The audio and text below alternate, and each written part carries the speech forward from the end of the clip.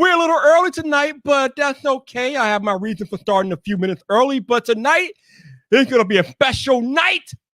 Tonight, we're going to potentially change lives on this live stream. Oh, yes, we are going to change lives tonight, baby. But what's up, people? How y'all doing? We about to get this party started. Let me get relaxed. Let me get a drink real quick, and we will get into the intro, and I will let you know what is happening tonight because, again, this is a very special night. I am pretty excited about this myself, but this is amazing, and I have a big-time surprise that I got in store tonight. It's going to be lit. I can't wait. Let me take a drink, and we going to work.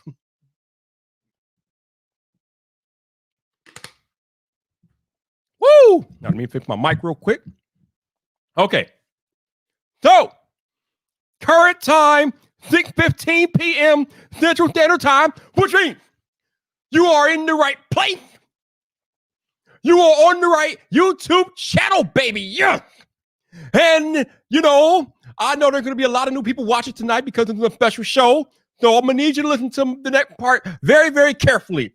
My Friday Night Fight veterans, you know what I'm about to say next. Y'all know the disclaimer. But for the new people that have never tuned into the show tonight, I need you to listen very closely. This is the part of the live stream where you really might want to consider turning your volume down. Because if you don't turn your volume down, I will not be held liable for what your neighbor think about you listening to some loud dude on YouTube. That's on you, not on me. That's on you, not on me. So, like I said, if you're new here, and I know a few of you are new tonight, turn your volume down right now because the decibel level is about to go way up. So turn your volume down. And if you don't turn your volume down, you can't get mad at me because I warned you. I warned you to turn it down. So, now that we got the disclaimer out of the way, I warned y'all. Now I can go to work. Now I can go to work. So let's get into one of the most single electrifying live stream introductions in YouTube today, baby. As only Viper can do. As only Viper can do. I can only imagine the new people are like, what the hell is wrong with this dude? My regulars gonna be like, are we ready? My new people gonna be like, what are you doing, son? But y'all learn. You'll learn quick. All right, baby. Here we go. Friday night is a special night. I'm ready to roll. I'm ready to rock. Let's get this party started, baby. Oh, yes. Turn your volume down. You've been warned. I'm not warning you again. I am not warning you again. Whew. Okay.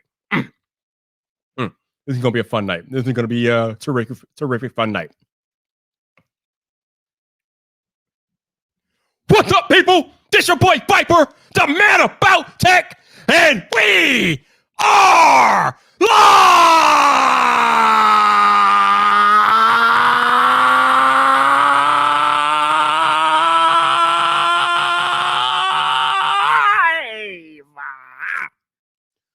Welcome to Friday Night Fight, baby!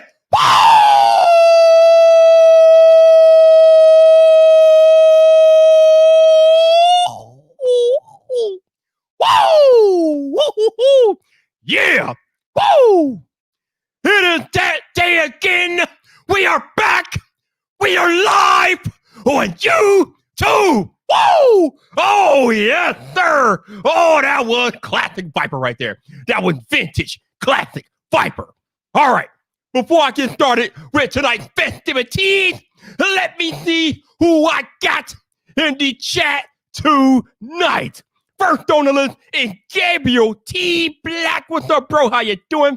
We got Anthony Beltray out there. What's up, bro? How you doing? We got the Snowman Can. What's up, bro? How you doing? We got Shayan Azim. What's up, bro? How you doing? The Apple Jockey himself, Alec Jackson. What's up, bro? How you doing? We got TechPhD. What's up, bro? How you doing? Tech for your needs is here. What's up, man? How you doing? We got my homie from the UK, Marvin Wallace. What's up, bro? How you doing? We got Retender Tech. What's up, bro? How you doing? And we got Intimate. What's up, bro? How you doing? Hope I didn't butcher that too badly. We got Mad Fit. What's up, man? How you doing? And we got CDF Man in the building. What's up, bro? How you doing, baby? How you doing? Who else we got? We got Tech. Oh, come on. Y'all, what are you doing to me now? Let me scroll back up. We got Tech No Tax. What's up, man? How you doing, baby? How you doing? Jermaine King is here. What's up, bro? How you doing? And we got the Norwegian sensation, LBA. What's up, bro? How you doing? Yeah, we started a little early. It's all right. It's all right. We got Alan Osborne out there. What's up, Alan? How you doing? We got Matt Baldar. What's up? What's up, Max Balder? I think I pronounced that. I don't know. What's up, Max? How you doing, baby? How you doing? We got my head of security is here, so y'all better behave. Mr. El Jefe Review. What's up, Jeff? How you doing? And we got, who else we got? We keep going. Let me keep going. No, we got Vladimir. What's up, Vladimir? How you doing, baby? How you doing? We got Team VRY. What's up, bro? How you doing? And Don Coven is here. What's up, Don? How you doing? And we got JCVP. What's up, bro? How you doing? And we got Matty G in the building. What's up, Matty G? How you doing? And we got Move Cannon. What's up, bro? Happy New Year to you. How you doing? And Exquisite Bliss is here too. Woo! What's up, Exquisite? How you doing?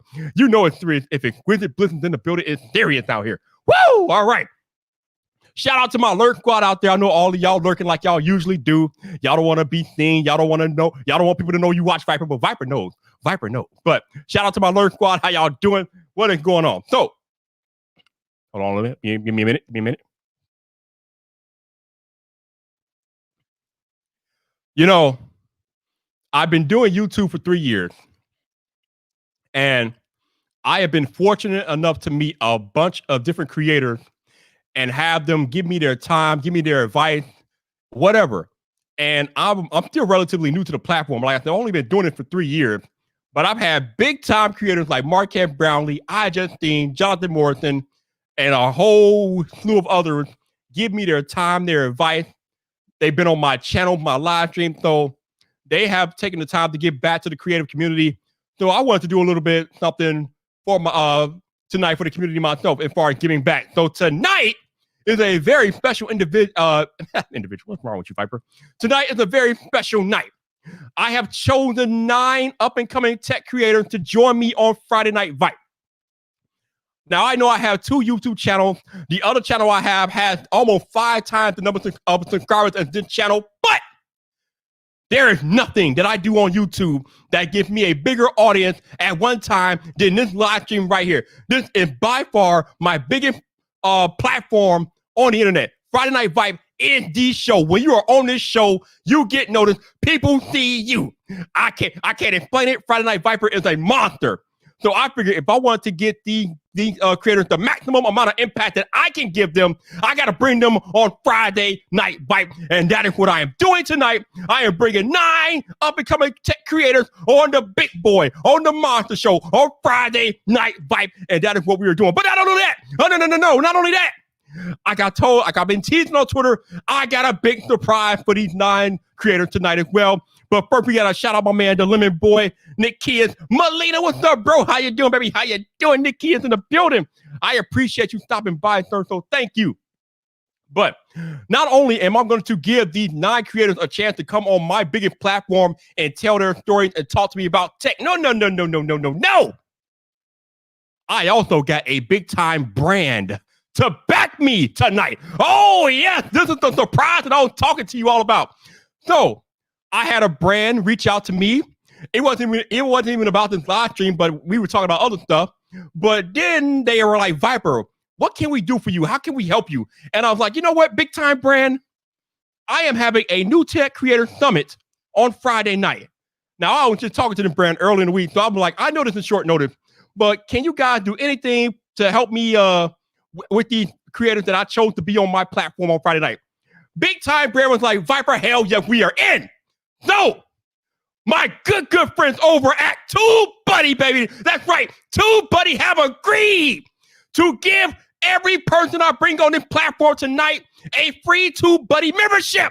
Now, that might not sound like something major to you, but let me tell you, that is major. Anybody that uses TubeBuddy knows that TubeBuddy is the #1 YouTube assistant tool in the building. And my good friends over at TubeBuddy have agreed to give all 9 of you gents a free membership tonight. Yes. I have not told y'all. Your boy Viper has scope.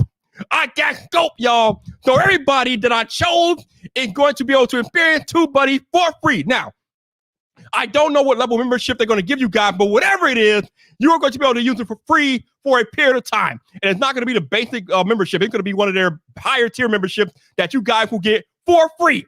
So, yes, not only do you guys get to come on here tonight and tell your story, talk tech with me, you also get access to TubeBuddy for free.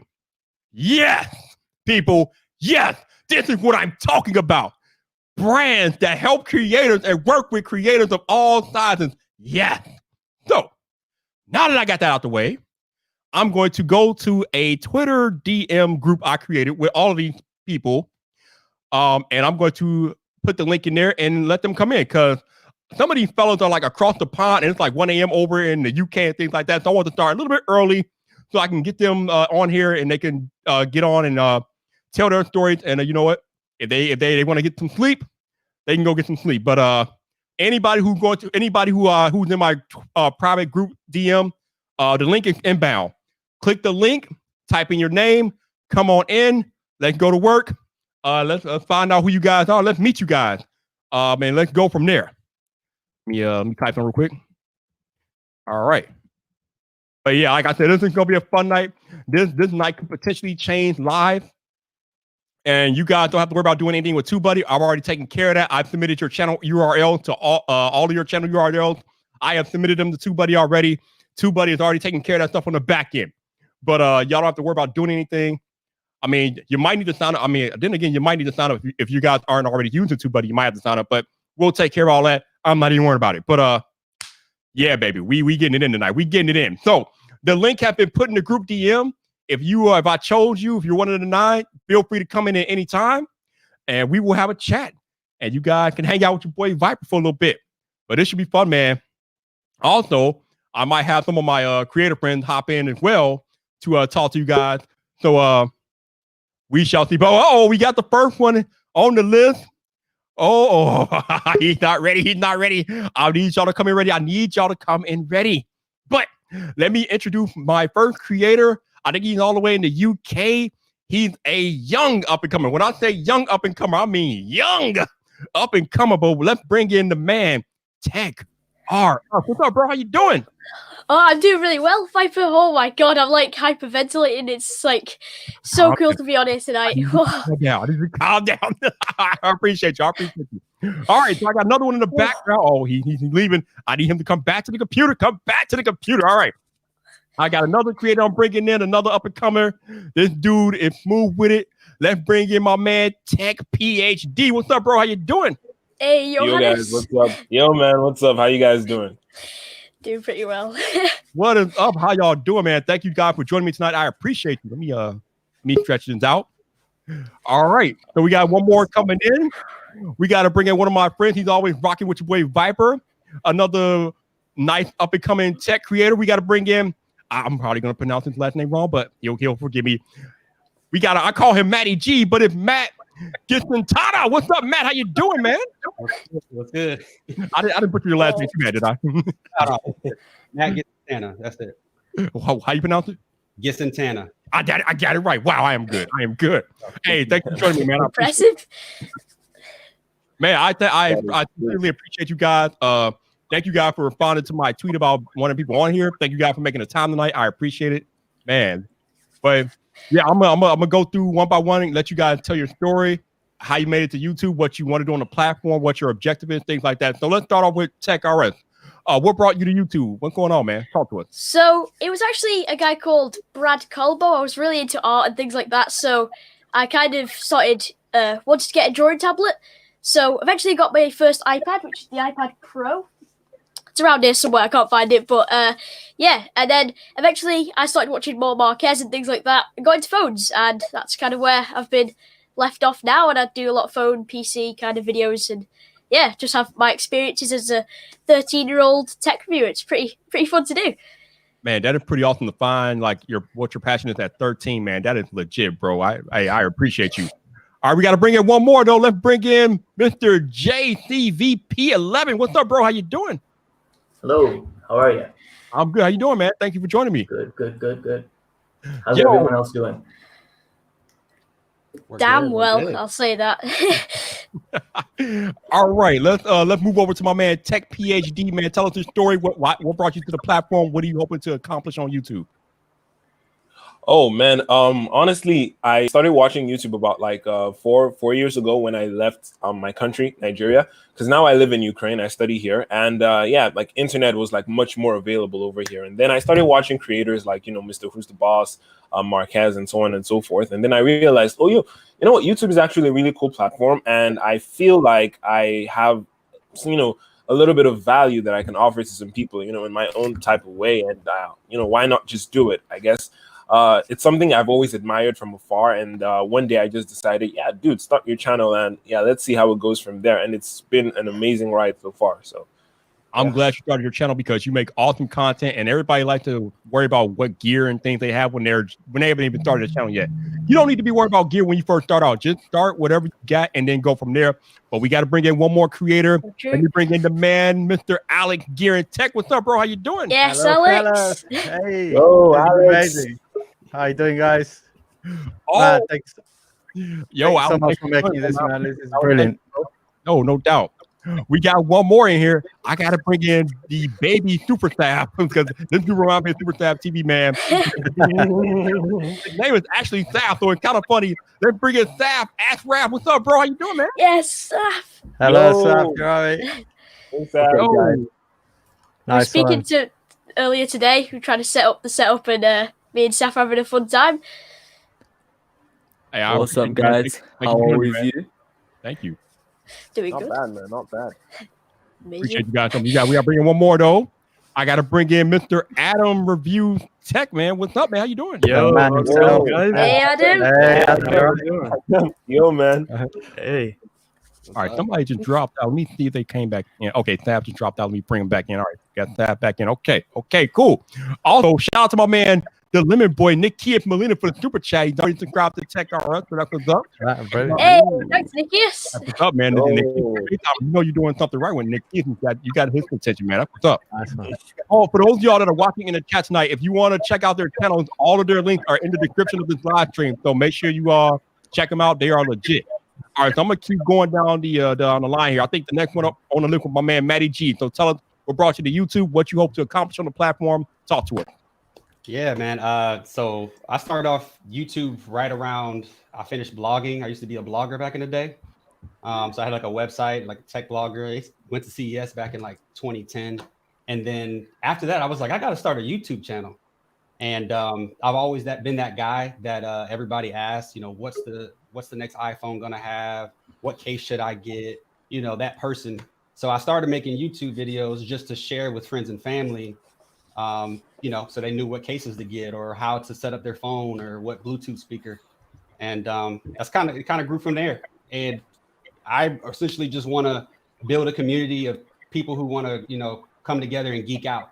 That's essentially my mission on YouTube, is to try to build a community of people who really love technology of all types, Apple, Android, Windows, whatever, and really just grow from there. Awesome. Yo, good story. All right, so Hefe said somebody's on the stream without headphones need to mute their mic, but I don't know who to mute. I don't know. Oh well, we'll let it rock for now. All right, so next we're gonna move over to the man, JCVP11. Man, talk to us. What brought you to YouTube? What's your story, bro? Okay, so I have been on YouTube for quite a long time, I'd say. I do a lot of other things aside from YouTube, and I sort of wanted to branch into YouTube this year. So I've had experience like Matt writing a blog. I do that for a freelance company.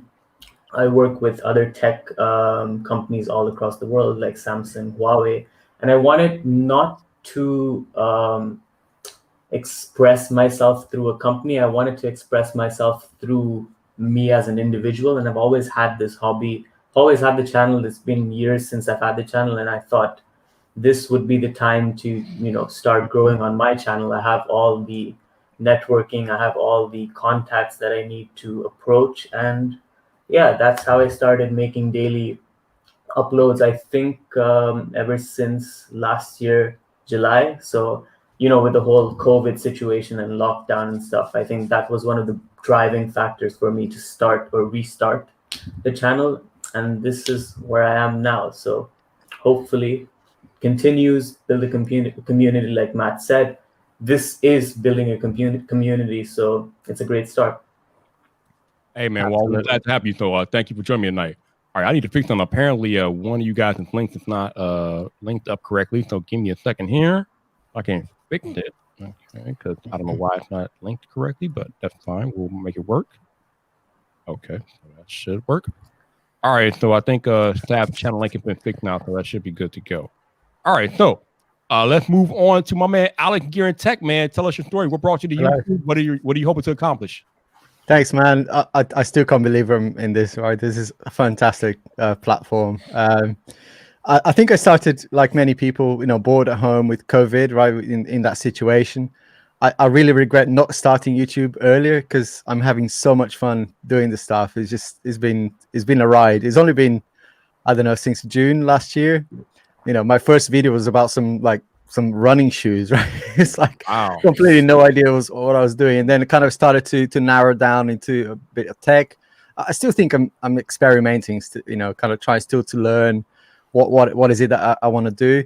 But I get a real buzz when people comment on my video and say, "Oh, that was really useful. That helped me in my choice, in my purchase," and it just that thing is what keeps me driving to build more content and trying to help people around tech. I mean, I love tech. I've always been the guy that people in my family come to and say, right, I've got this thing, how do I work it, how do I connect it to my car, and I thought, well, I may as well make videos about this stuff, right? It's but like many people, you got to juggle with other stuff. Right now I'm homeschooling, I'm juggling with work during 9 to 5. I'm full days in the office, but as soon as I've got like a 5-minute free, I'm like, right, script for the next video, unbox something. That's what it is, and it's still loving it. I still think there's a lot of work for me to do, but loving every minute here, man. It's fantastic, and this opportunity is just can't thank you enough. As long as you are willing to put in the work, good things will happen to you on this platform, as I am living proof, no doubt about it. So absolutely, content. That's the one thing about all of you all. Like I said, I told you guys when I put out the feelers that I was going to vet you. So I vetted all your channels, and I understand that all of you all have put in the work.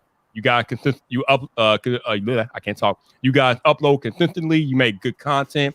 You are definitely on your way. And I just wanted to give you guys a spotlight tonight because even though I'm not the biggest content creator by any means, I have large content creator friends, as y'all know. So they are watching you guys right now.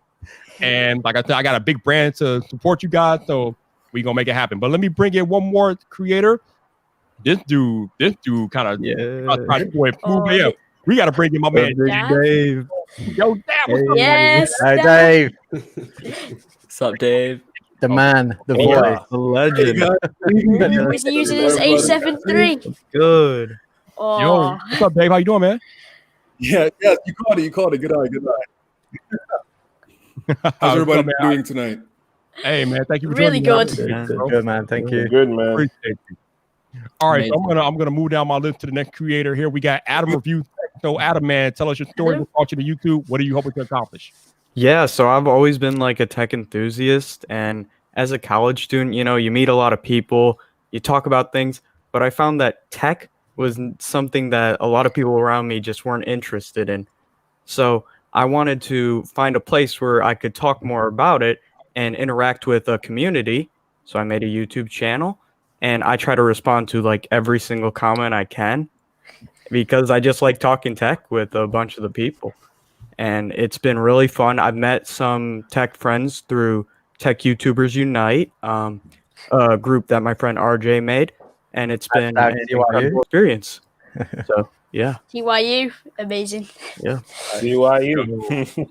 Yo, thank you, man. You make great content, and thank you for joining me tonight. I appreciate it. Thank you so much for having me. I really appreciate it. No doubt. So that leaves baby super staff. So staff, man, tell us your story, man. What brought you to YouTube, and what are you hoping to accomplish? So yeah, Saif Ashraf here. Like I'm sure everyone else here, I'm absolutely outstanding to be here. And my story on YouTube, basically, I mean, I was always into tech from a young age. Hold on, Taff. If you guys aren't speaking, I need you to mute your mic, or I could probably mute them all. But if you guys can mute your mic so we don't have any background noise interrupting. So thank you. All right, go ahead, Taff. So from a young age, I was just always into tech, and I just wanted it to make like go further. I saw Marques Brownlee's history, like how he went from like someone who just made like quick tutorials to someone who's a well-respected man everywhere now. It was just really, really inspiring, and I just thought, I mean, if he can do it, I don't see why there's a problem in me trying. So yeah, made a YouTube channel, making videos, made amazing friends, and I'm pretty sure there's more to come. And yeah, it's been a very positive story so far. Yeah, man. Like I said, I was watching your videos. I'm like, this dude reminds me a lot like Super Thab, man. So you made good content, and I appreciate the time for you joining me tonight. So thank you, man. Thanks, man. You too. All right, where did David go? Did David like just run away? What did he get scared? Did he got stage fright? Where you at? Where you at, David? Where you at? you got right, there we go. All fixed. All right, David, you're up, man. Tell us your story. What brought you to YouTube? What are you hoping to accomplish? Yeah, so I'm actually an actor by trade, and during the quarantine, a lot of those opportunities started to dwindle with all the quarantining, the pandemic, and everything like that. And it's something that I've always been intrigued by. I've always loved technology. And so I said, if there was ever a time that I had more time to do this, it's definitely now. And so, yeah, just picked up my Note 10 Plus, started recording, did some reviews on the Note 10 Plus, and some other things that I had around the house, some earbuds and things like that. And the biggest thing for me along this journey has just been interacting with the people in the comments and hearing that I made even a little bit, just a small difference. Perhaps they learned something new. They had some different insight on something that they weren't sure of before. And being able to help people on this platform is really unique, I think. And for me, that's been the motivating factor. It's been very, very, it's been great. It's been fulfilling. And also allows me to get out my creative side a little bit as well. That's what's up, man. That's what's up, man. Glad to have you on the platform, man. So thank you for taking the time to join me tonight. I appreciate it. Man, yeah, thank you for having me. I really appreciate it. Oh, no problem, man. No problem. So I am curious, though. Do any of you guys use TubeBuddy at all right now? Yeah. Ooh. Yeah. I do. Oh, yeah, definitely. I actually have the free version, but I'm kind of using it in kind of consideration with vidIQ to kind of get the best of both worlds with the free versions, because I can't really afford the more expensive version. So having TubeBuddy come out and like help us to support, our passions and things like that is, I think, it's a really awesome thing for them to do, and I have a lot of respect for them. No doubt. That's actually a good way to be. If you like, especially when you're just starting out, use all the software, use all the free versions to see which one works more to your needs. And then once you make a decision, then you can like go for the paid version if that's what you want to do. But like I said, all of you guys up here are definitely getting a free version of TubeBuddy, or not a free version. You're getting your TubeBuddy can upgrade it.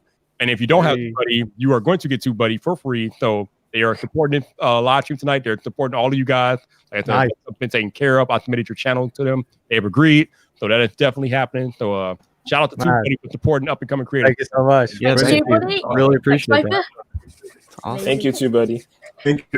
Fantastic app, actually. It's one of the first apps I open in the morning. It's like, right, let's see, scroll down. The countdown thing is just so addictive.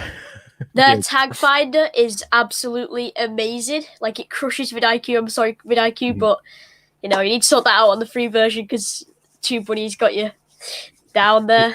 Yeah, they're both very good apps, but yeah, TubeBuddy has a lot of the features that other creators rely on to use, and I use it every day when I upload a video. So TubeBuddy is definitely legit software, man. No doubt about it. It is. Even to promote your videos, right? So easy to just like download a thumbnail and on the go. Yeah, it's great. I've never used the software, so this is going to be extremely new to me, but I'm really looking forward to it. It's really helpful. You're going to learn today. You're going to learn today, bro. You're going to learn today. You're going to learn, bro. You're going to learn. TubeBuddy is legit. Once you learn to use it, you might not want to give it up, man. It's legit. So you are all tech creators, so we got to talk some tech, of course. Yeah. Yes, that's what we want to give you. We have been invaded by the CEO of Tech YouTube. It's Canoop. Let's go. Yo, what is up, Canoop? How you doing, baby? What's going on? Oh my god, that's amazing. Canoopsy. Canoopsy in the chat. Man, Canoopsy.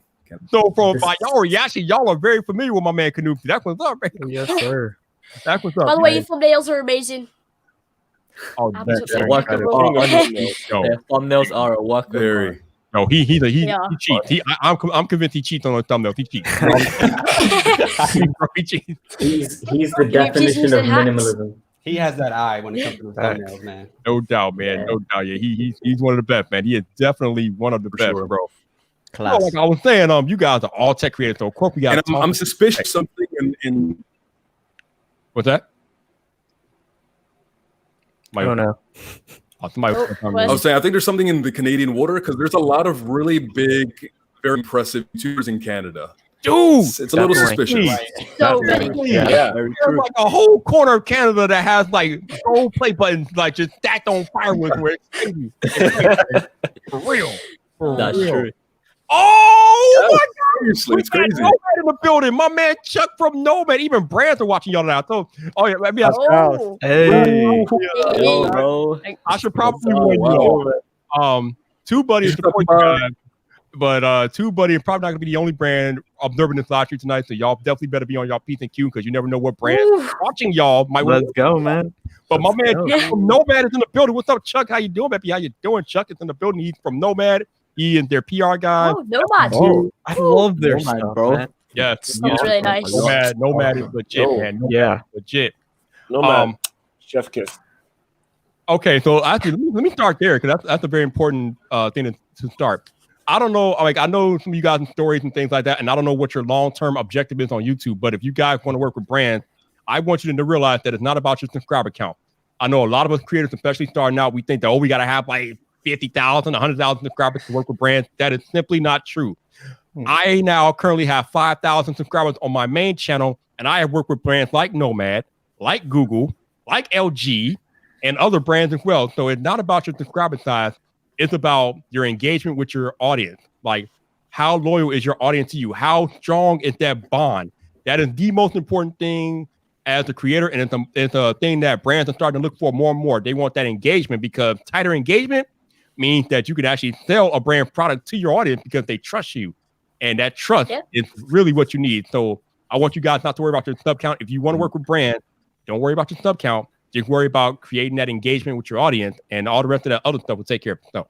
That's so true. And that tweet that great you put out advice. earlier is so, it hit home because I experienced that every other day. And it's funny that at the beginning, even some viewers are asking, right, I hope you don't grow too big so that you won't reply to your comments anymore. And I'm thinking, no, this is, and I think David touched on it earlier. This is what motivates us, and building that interaction is key, I think.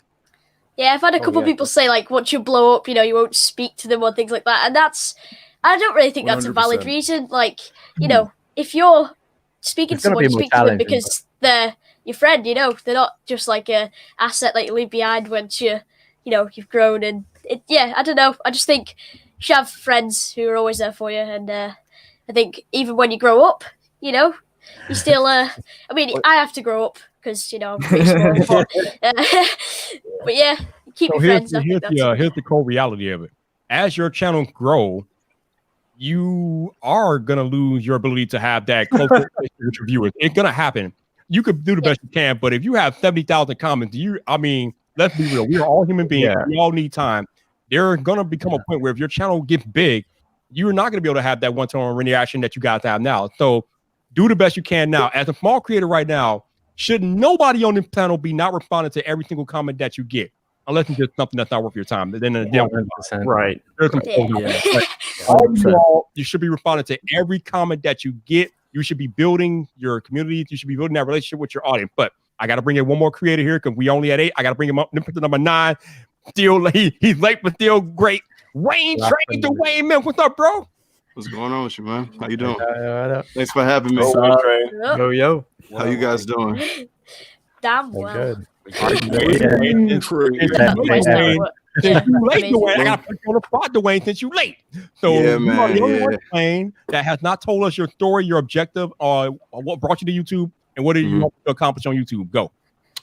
What brought me to YouTube? Honestly, I like tech, just like the rest of us. But there's probably some more specific things, but just in general, that's kind of what it is. I like tech. I've been into phones and smartphones for a long time, so I decided, you know, why not just review them? So, but as far as like where I want to be, I don't really have like a number. There's no subscriber thing or anything like that. Right now, I'm just kind of just enjoying it.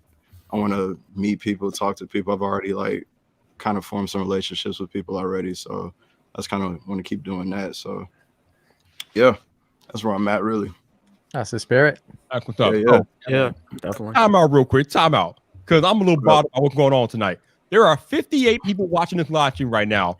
I have 9 people on my panel right now as far as being up and coming tech creators. I have a problem with them because none of them are women.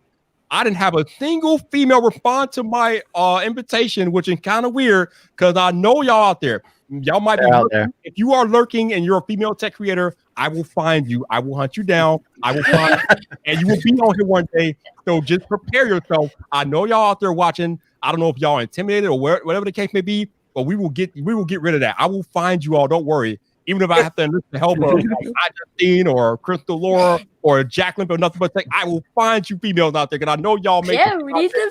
I will find you. We will find you. So don't you worry. Y'all coming. Y'all will be on So true. On What's up, Canucci, you can find me at Dwayne Mims. You can just type in my name, DWAYNE. Yeah, and like I said again, all of their channels are in the description. So if you guys want to subscribe or check out their channels, all of those links are in the description of this live stream. So definitely go down there and check them out. What's going on, you Isaac guys? I supporting didn't read everyone? the comments, so. What's up? Oh, I was saying I wasn't reading the comments, but just saying what's up to everybody in the chat. Oh yeah, we got a full house. We got like 58 people watching. So shout out to all of y'all watching the live stream tonight. I appreciate y'all. Shout out to my lurk squad too. I know y'all out there lurking. So shout out and thank you guys again for joining me tonight. I appreciate it. Dwayne, I don't know, you weren't here before, but I got TubeBuddy to let give you guys a membership for free to you for a while. So you will be getting contact with my TubeBuddy. They'll reach out to you to let you know how they're gonna handle that. But TubeBuddy gonna let you use their services for free for a little bit. So all right, no doubt. Appreciate that. Thank you. Really helpful. Yeah, that's a good timing. That on is a game changer, I think. Yeah, Doug. Like I said, people gave their time and their patience to me, so I'm trying to get back. So that's what we here tonight. These gentlemen responded to my ad or whatever you want to call it. So we here chatting it up tonight. Man. We here chatting it up. I appreciate them, no doubt. Like I said, if you guys want to check them out, all of their links are in the description of the live stream. So definitely check them out. Definitely. Thank you so much. So let's talk a little tech. Let's talk a little tech. Yes. Yes, sir. So Tech time. Let's go. The Consumer Electronics Show next week, but that kind of broad. So let's move a little bit more niche with it. Let's talk about Samsung because Samsung, as we know, they're coming out with their Galaxy line next week, their S21 line. So let's start with Saif. What are your expectations for Samsung next week? Well, I mean, there's an extent to how quickly hardware can get better. I mean, it's not like we can just jump out of nowhere to like 12K recording on smartphones, but because of course that's not gonna happen. But like this year, major, like what we've seen now is probably something to do with the camera system because of, first of all, it's getting a refresh, like the whole camera layout. And like normally when a camera layout is getting refreshed, it's normally going to get like an update, maybe like better quality video or better quality picture. Maybe Samsung could be the video king this year and beat iPhones, but we'll have to see about that. And yeah, let's just hope that Samsung can clean up their One UI as well. I'm a fan of One UI. I really like One UI, but like if it was just cleaned up a little bit more, I would definitely just be in love with it. So yeah, and Galaxy Buds Pro, that's something big that we have seen a lot of leaks about. So Galaxy Buds Pro, I'm quite excited. I'm using Galaxy Buds right now, and these are absolutely amazing. And I wonder what the noise cancellation is going to be like, especially compared to the AirPods Pro. So yeah, quite hyped for the Samsung event. Woo, my man out here making bold claims, talking about Yeah. coming for iPhone next video. Wow, that's a bold claim. That's a bold claim, bro. Shots fired. For real. Matty G, what are your expectations for Samsung next week? So I'm actually really interested in the camera modules too, being that I'm a photographer by trade as well. For Galaxy Buds Pro, the men. Hold on. Like I said, if you guys are not talking, I need you to mute for a minute. Go ahead, Matt. I'm excited about the camera module, and it's really for only one reason, because I have the Z Fold 2, and I think that if they do whenever the Z Fold 3 is announced later this year, I imagine that camera module will pair nicely with that, allow the device to be, shaped a little bit more ergonomic, not as long. But yeah, I'm really interested to see what they do with their camera technology. I've never really been a fan of the image stabilization in video. It always seems to have like a warping effect. So I'm hoping that they can improve on that. But other than that, that's really all I'm looking forward to. I know they have that one little, I think in the ads, they have the little camera module. That's what it looks like. But I'm hoping that there's more to it than that, because that just looks, I don't know. What are they going to hype it up? Say it doesn't have a hump. Yeah. Okay. Maybe cool. some LiDAR. I don't know. Hey, Samsung, they're always right behind Apple, so that could definitely be happening. We never know. Yo, TechAreUs, what do you think about what Samsung might do next week? So, Samsung. So, I don't know.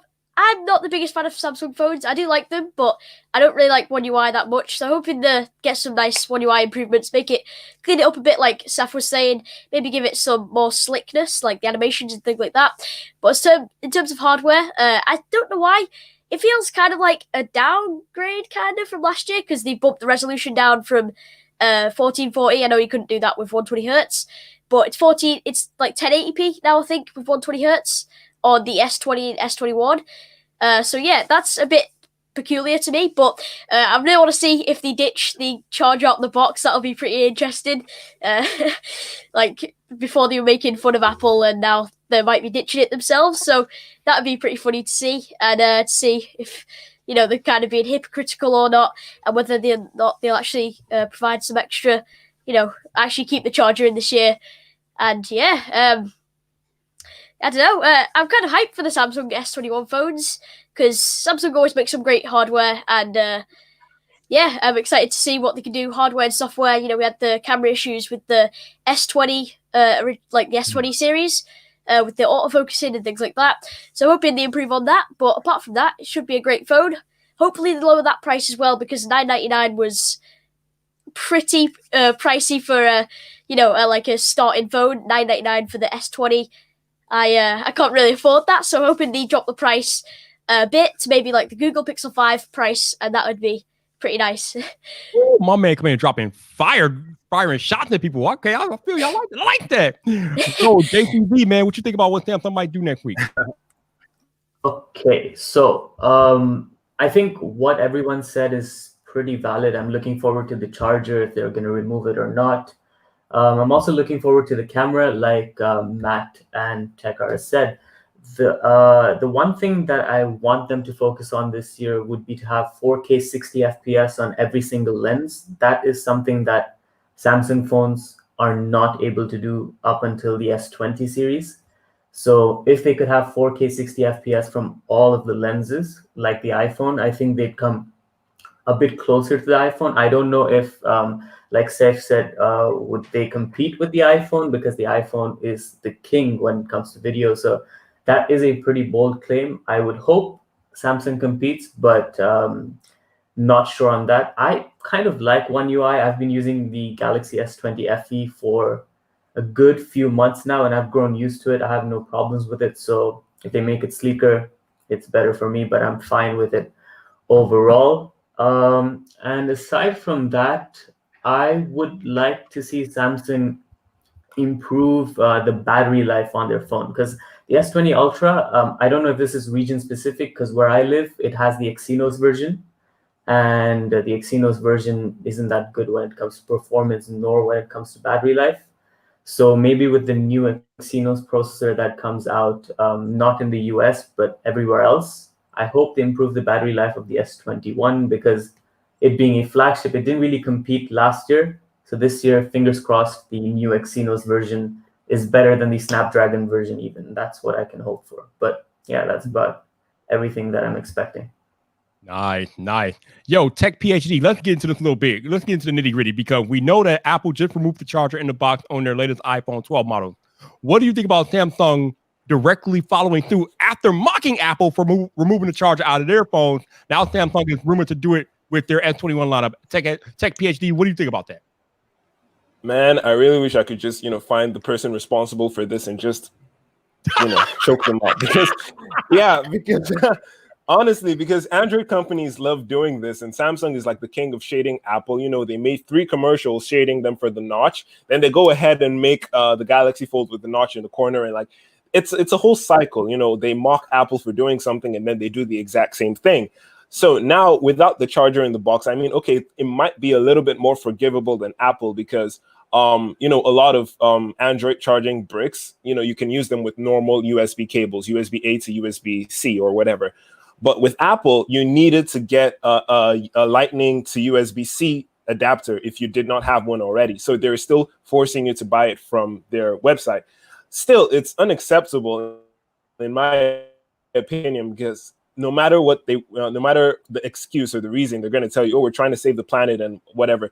E-waste did not start in 2021. This is just Android OEMs being Android OEMs. They allow Apple set some very interesting trends, and then they follow suit just because it's Apple. So, I'm not a fan of this. I will never be a fan of this.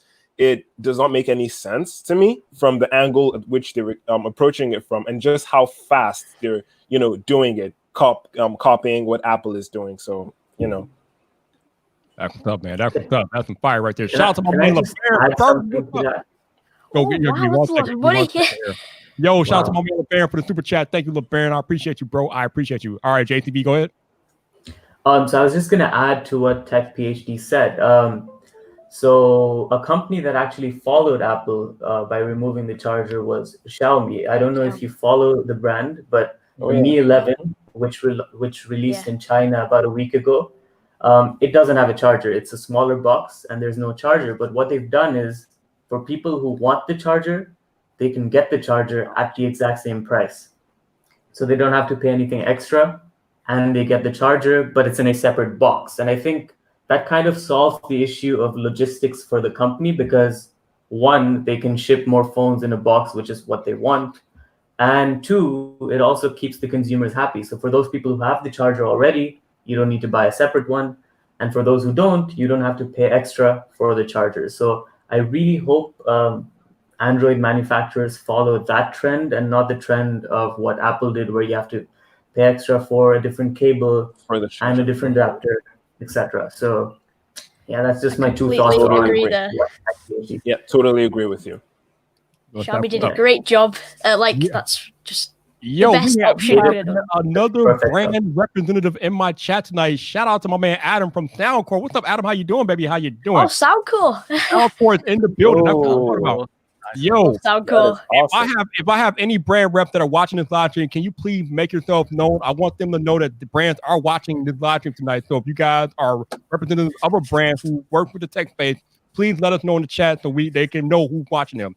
All right, Wayne Train, you got to get in on this. I know you're a Samsung guy. Get in on it. What you got for Wayne Train? What you got for it? Man, I mean, personally, I'm just disappointed. I kind of was holding out faith that, they wouldn't follow the trend, but they did it. But, I mean, like, I think I forgot who was just saying that, but I'm not really, even with whatever Xiaomi is doing, it's still kind of a downgrade. I don't know what the whole big deal is with the charger. Just keep it in the box. Like, I don't understand why you can't just keep the charger in the box.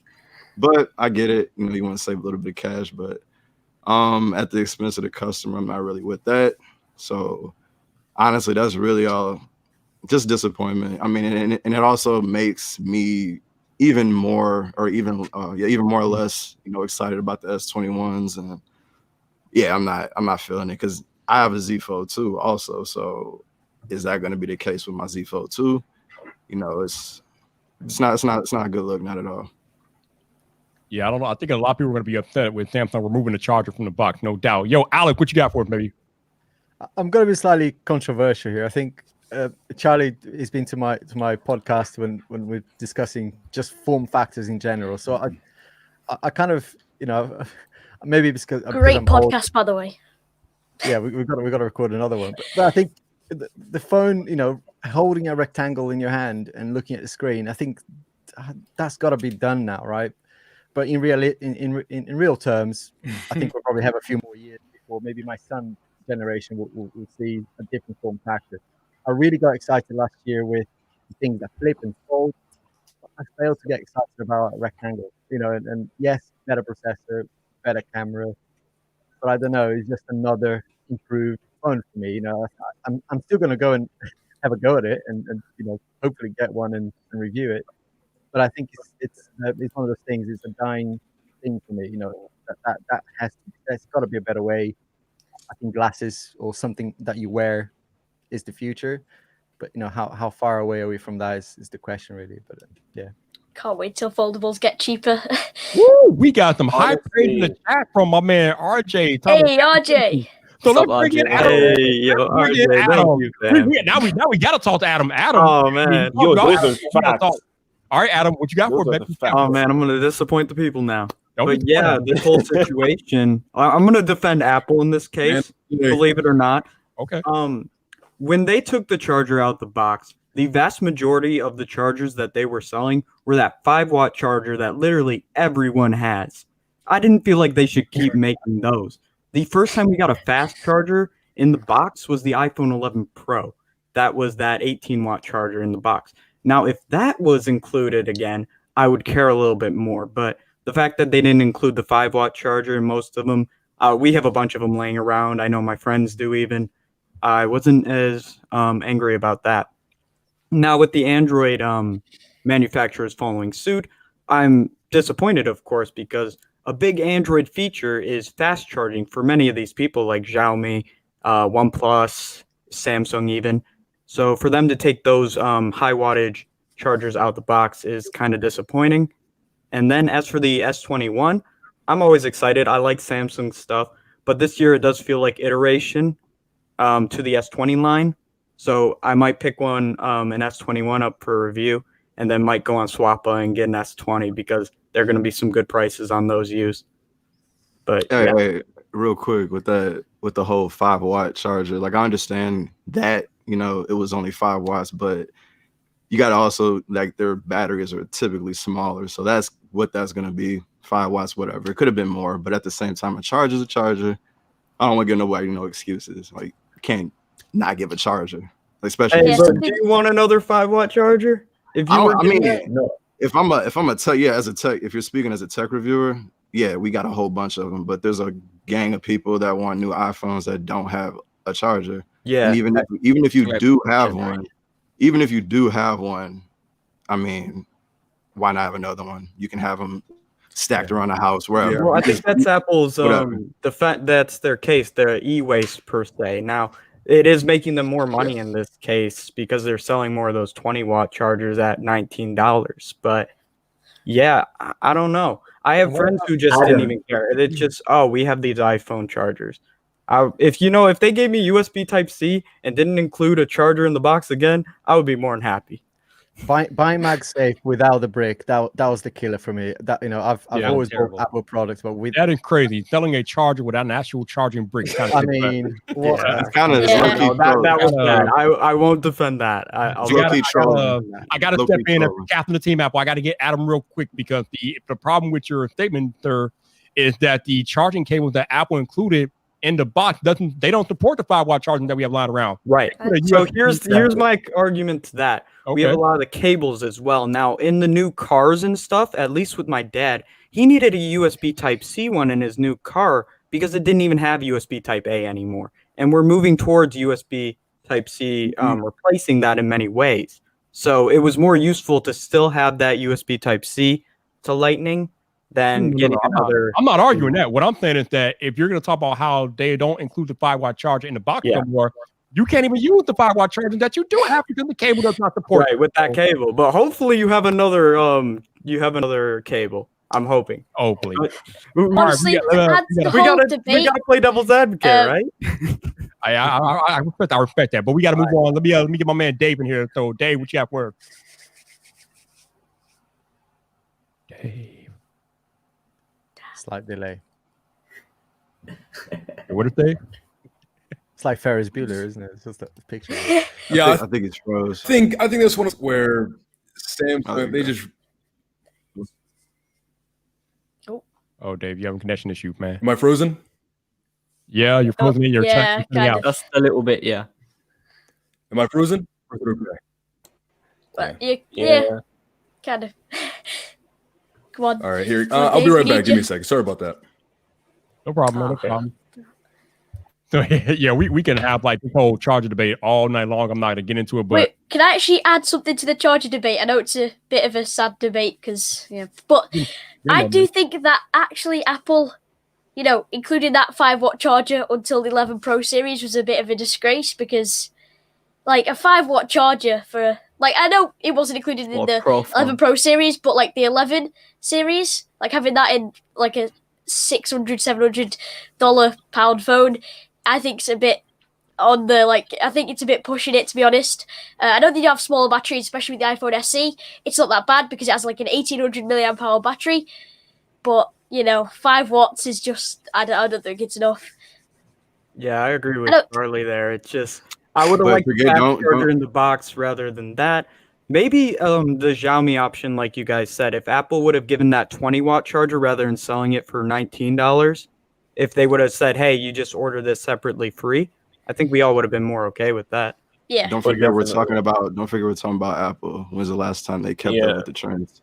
You're not wrong. You're not wrong. You're not wrong. I thought they were going to do like Xiaomi. I thought that they were going to have an option in the cart. Same. To check it. Yeah, I know. Yeah, that would have been the best way to do it for I sure. saw Xiaomi do that. I was like, that's literally what I thought Apple was supposed to do, and they were going to do, but they didn't. Yeah, I know a lot of people So that do you- bought new iPhones that were disappointed because they literally looked at the USB-C and was like, "What is this?" Yeah, I know. Yeah, some people don't even know what USB Type C is who use like iPhones their entire life, and I'm like, oh man, I feel bad. They didn't even know the old USB was USB-A. Yeah, I feel like the Pro, only, Yeah, I feel like the only Apple users who know what USB-C are those who have MacBooks or iPad Pros. Other than that, we will never see USB-C on an iPhone. Mm-hmm. Yeah, very unfortunate. No, that I But agree one with. thing, actually, do you think that I like about wireless charging? Like, wireless charging, I think is really cool because it's Qi. So there's like, it's supported on pretty much everything. So you've got, your AirPods, your Mac. No, Macs don't have wireless charge, but your iPhone, everything that kind of supports one universal connector. So I think having Qi is like the kind of universal thing, so you don't have to go find out another cable for something else. Just plonk it on there on the wireless charger. Use the same connection. I think that's some pretty cool stuff. I like the rumors where, right?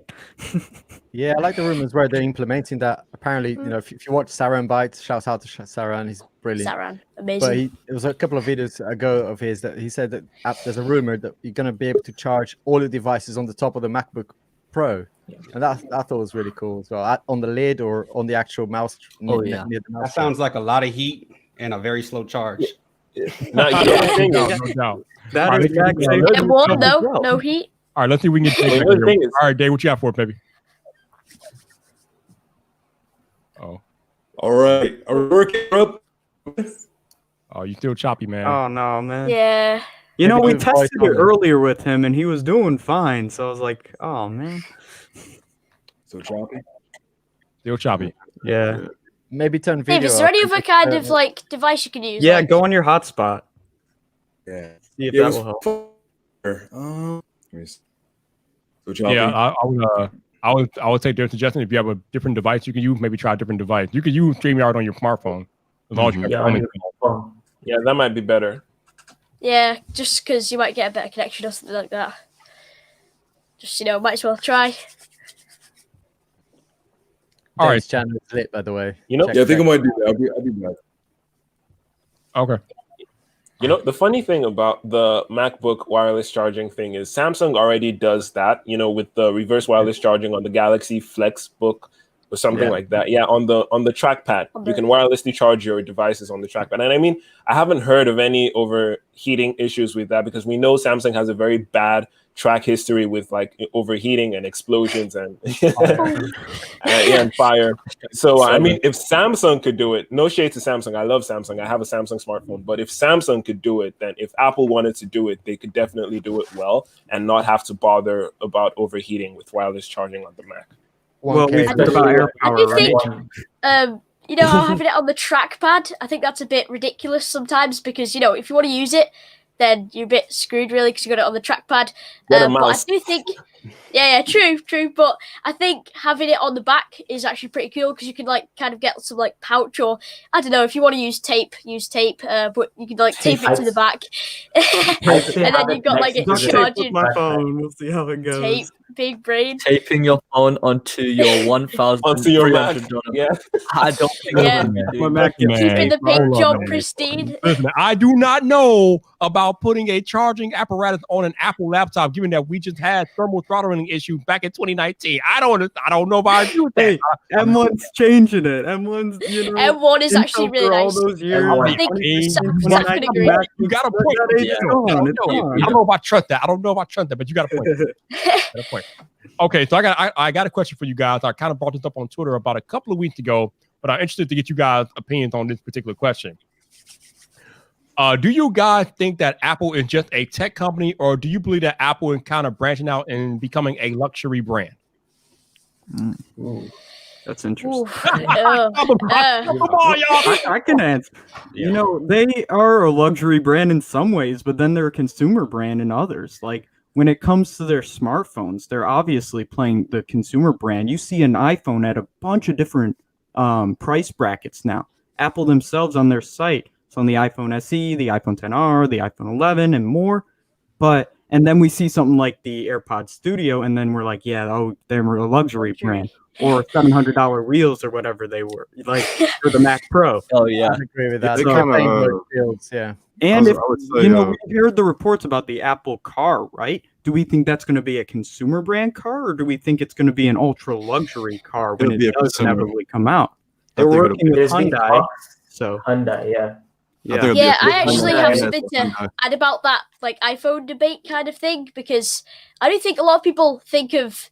I've actually had a couple people say, "Why would I buy an Android? It's cheap," and that really annoys me. But I guess you know they think highly of Apple as like this luxury kind of expensive thing because the price of phones pretty high. But yeah, I think they're actually bringing the prices down a bit, which I think is pretty nice.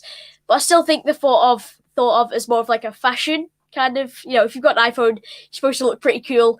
But I don't think necessarily the best value kind of things. Like 120 hertz missing, I think that was a bit of a mistake. But they still are really good phones. I just think a lot of people think of them as if I've got an iPhone, I'm better than you because you've got a cheap Android, which I think is a bit sad. Yeah. But Yeah, I think that's yeah. something that's been going on for a while with Apple too. So, but I wouldn't.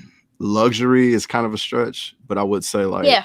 if Premium, yeah. I would say Apple is the closest thing that like a regular average consumer can get to luxury. Like if you look at like the new iPhones, like the Max, like the 12 Pros and all of them, they look like you said, Viper. I remember when you got yours, when you unboxed it, it feels like and looks and feels like a piece of jewelry.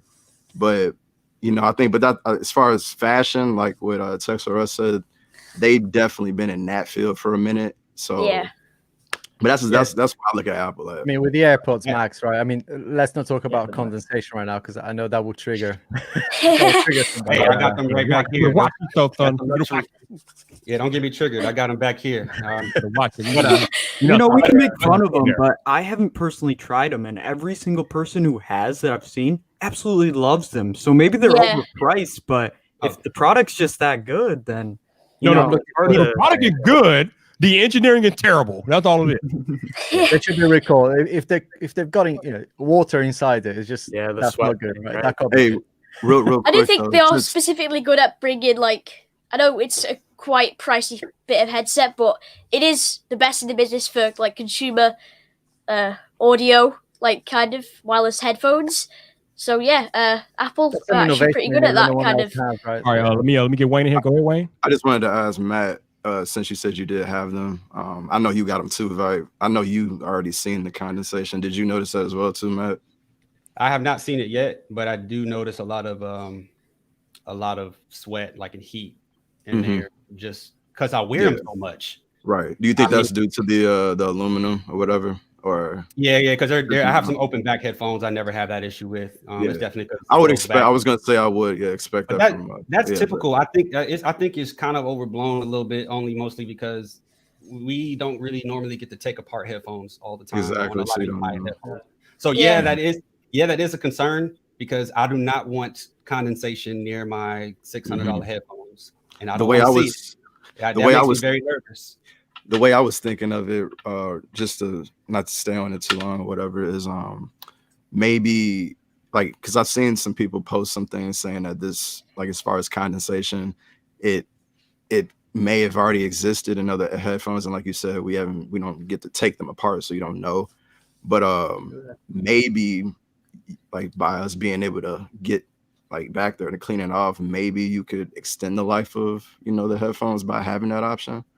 I don't know if that's something that's like a product, if that was something that's already existed in other headphones. So I don't know though. I don't know much about headphones. So something tells me that would just get addicted. Like you just taking and just slapping it back on. I don't know why that just like Matt does that just get you? Do you just like whip them off and then slap them back on? Not anymore. I found out they condensate. Go ahead, Alec.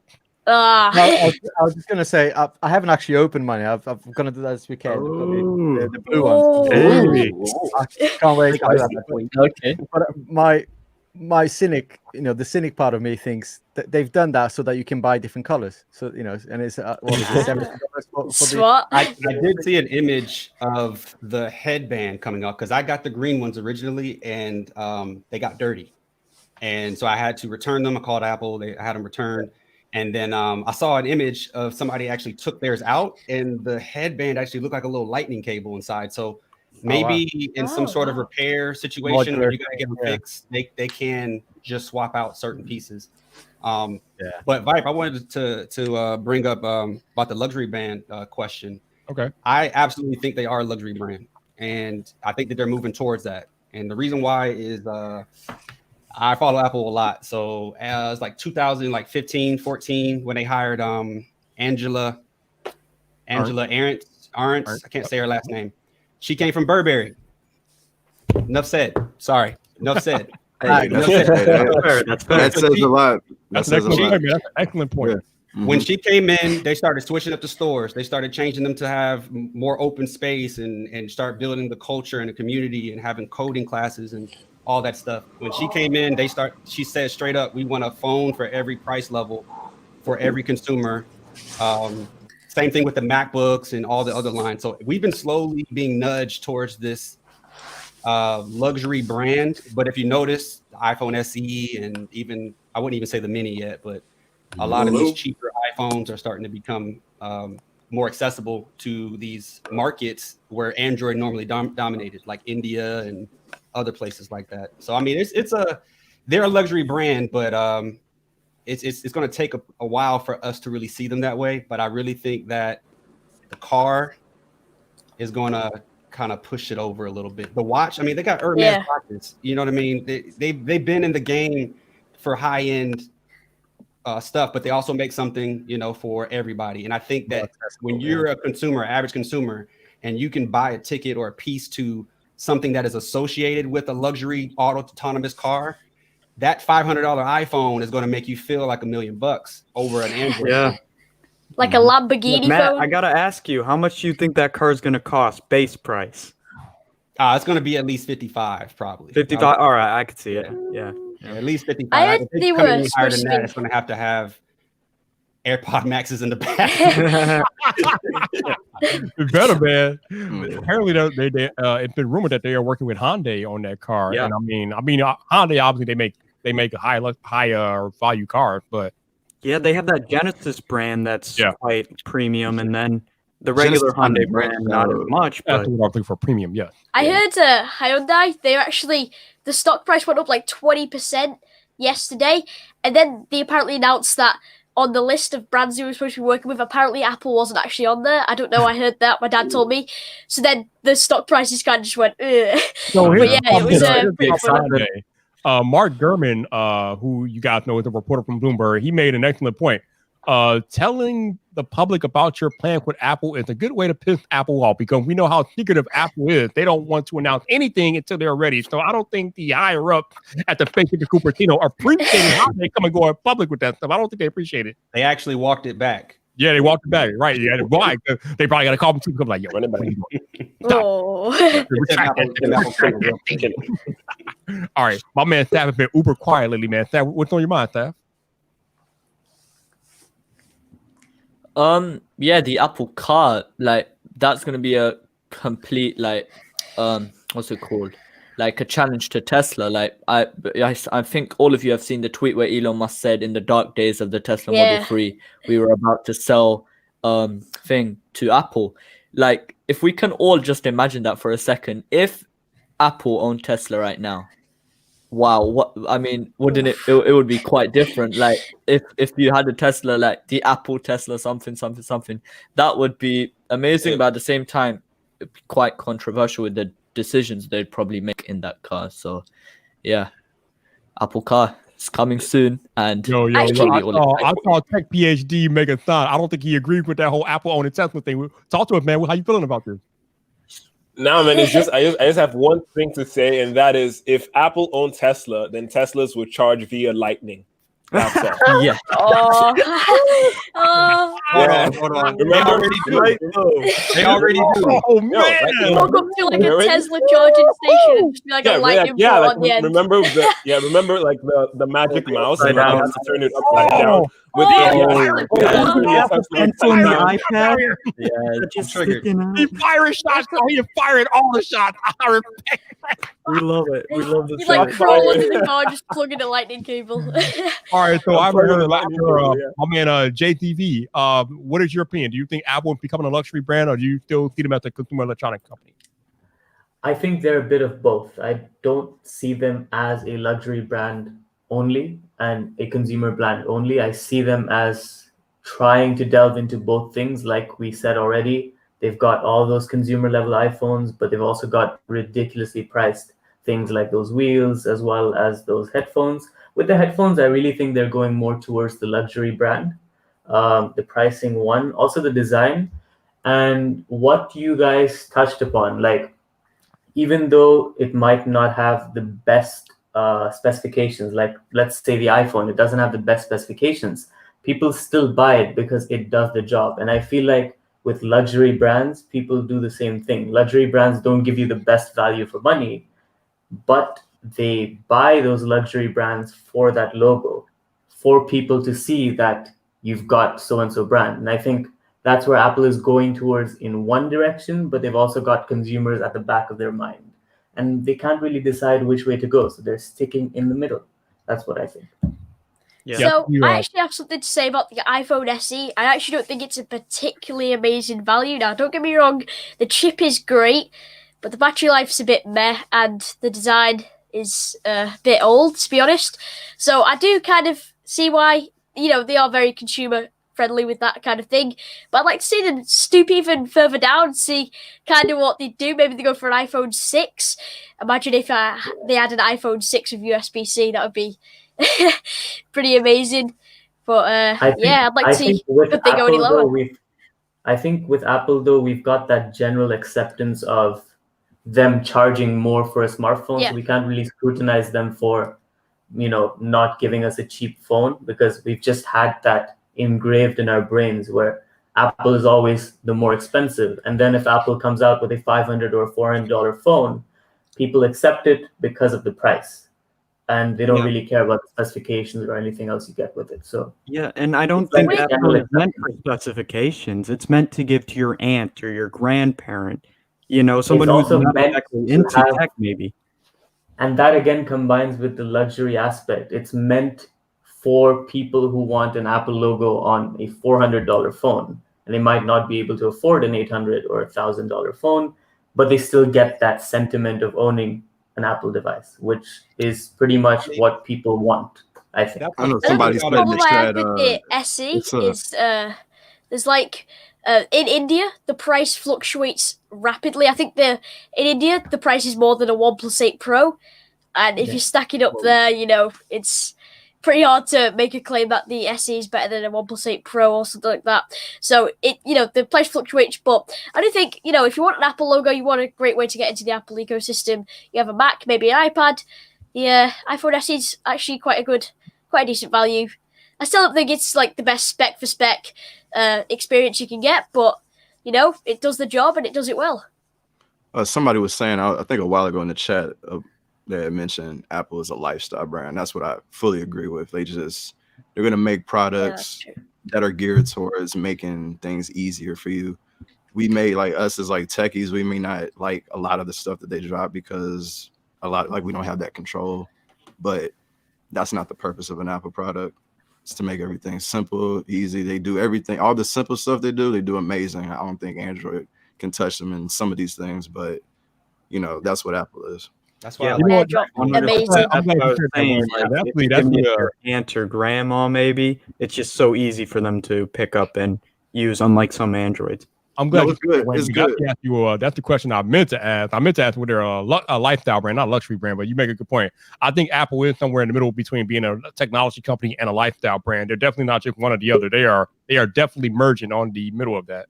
Yeah, I don't want to like group them into like, I know people do tend to say Apple is for like, people want to give an iPhone to your mom that don't really, some older generation or whatever. You can do that, and it makes sense. But it's also for somebody who lives a busy lifestyle that doesn't have the time to sit here and tinker and tweak and do all these different things with their phone. Yes, I do apologize for saying it directly to them. I just mean the people who don't care as much about tech. For sure. Yeah. Definitely. Yeah.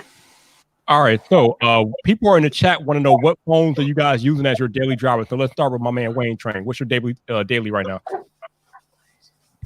You heard the hands together. You heard the hands. I'm gonna need you to unmute though, bro. Hey Wayne, unmute.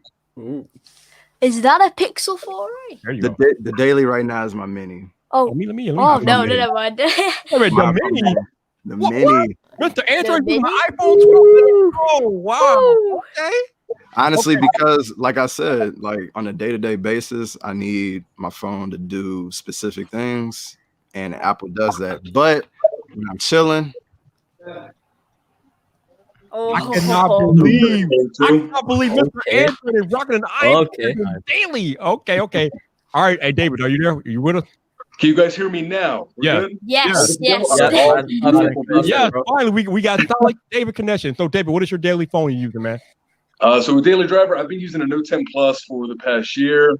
Recently, a great buddy of mine, Quad, if he's watching right now, I'm using his Note 20 Ultra. I've been using that for the past couple of months. Awesome phone, 120 hertz refresh rate display, amazing. And it just feels good. Feels good in the hand. Nice, beautiful screen. The S Pen feels fantastic. Pretty basic, but Note 20 Ultra. Nice. Yo, what's your daily right now? Vibe, real quick. Can I ask Matt? I just wanted to ask Dave, what is he using for his stream right now? Because he looked pretty good. Oh, thanks, man. So actually, that's courtesy of the trusty Note 10 Plus. There you go. Samsung sponsor me. No doubt. All right, yo, Saif, what's your daily phone, bro? So a bit old, yes, but it is the Galaxy S10 Plus. Main reason being, like, when this phone came out, the buzz was there. It had all the top end features like the camera system, the Infinity O display, and the ultrasonic fingerprint scanner. All these features, and the cameras are absolutely great. This is the camera I make my YouTube videos with right now, because cameras, gonna be honest, I can't afford right now. But smartphone of choice, definitely the Galaxy S10 Plus for now. I am looking over to the iPhone side, but I guess we'll have to wait and see. Okay, that's what's up. Adam, you're up, bro. What's your daily phone right now? All right, so my daily phone is the iPhone 11 Pro Max. So I actually tried out all the 12 phones except the regular 12, and I came back to this thing at the end. I just didn't feel a huge leap from the 12 Pro Max. It felt a little bit too big for me. And then I tried the Mini, and it was just way too small. It just wasn't for me. A lot of people liked it, but I wasn't a fan of the Mini. But yeah, the trusted iPhone 11 Pro, it also is recorded the most videos on my channel. So yeah. Great Yeah, phone I right agree. there. There's definitely not that big of a jump between the iPhone 11 Pro Max and the 12 Pro Max, so I can definitely understand. Alec, what's your daily, baby? What's up? So I've got the 12 Pro Max here.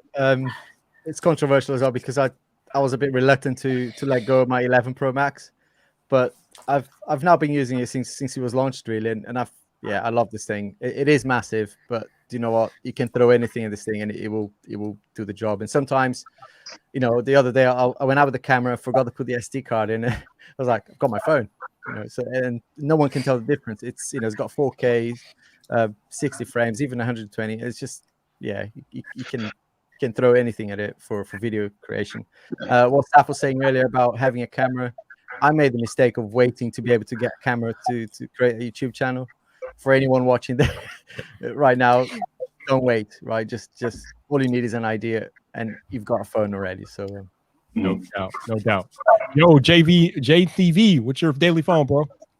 Mine is the Galaxy S20 FE. I feel like it's got pretty much all you need in terms of flagship specs, decent camera, decent battery life, really good battery life actually.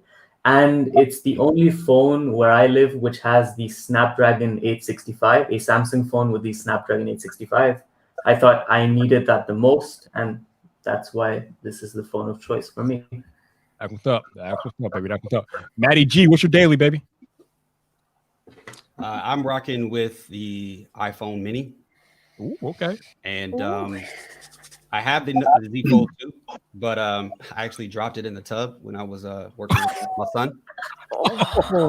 So no. I sent it off, and I got it back. So it is actually sitting over there. It's all well. It's all repaired. No water damage, by the way, which is really weird because a lot of people were fearful of the Fold 2 and the IP rating.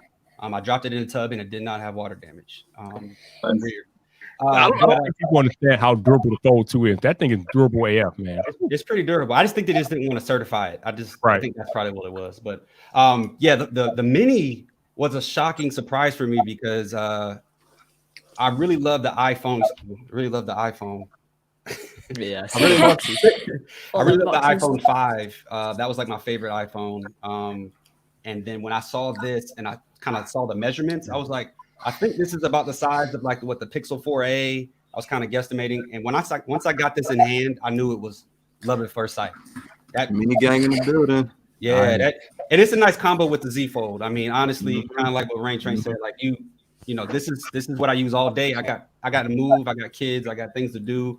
I can take great photos, great video. But when I'm sitting down and chilling and I want to watch, Friday Night Vibe or other YouTube channels, I love that needs to be like the YouTube official phone, man. It's just amazing. What's up? Yo, TechPhD, what's your daily, baby? You gotta unmute. Oh yeah. Yes, sir. So like David said, my current daily driver is the Note 10 Plus. So yeah, I started my Samsung Galaxy Note 10 Plus. I started my channel with the Note 9 actually, and because I know I'm not going to be able to afford a camera anytime soon. Like I'm so sure about that. But smartphone photography and videography is just getting so good. And with the One UI 2.5 update on the Note 10 Plus, now you get this like manual control, so you can put the manual focus, have the background blur, and all of that. And I feel like it looks very, very good. And the Note 10 Plus is a powerhouse. This is the Exynos version, however, but I haven't run into any problems with it whatsoever. So yeah, loving the phone. All right, that leaves for my man Charlie. What's your daily phone, man?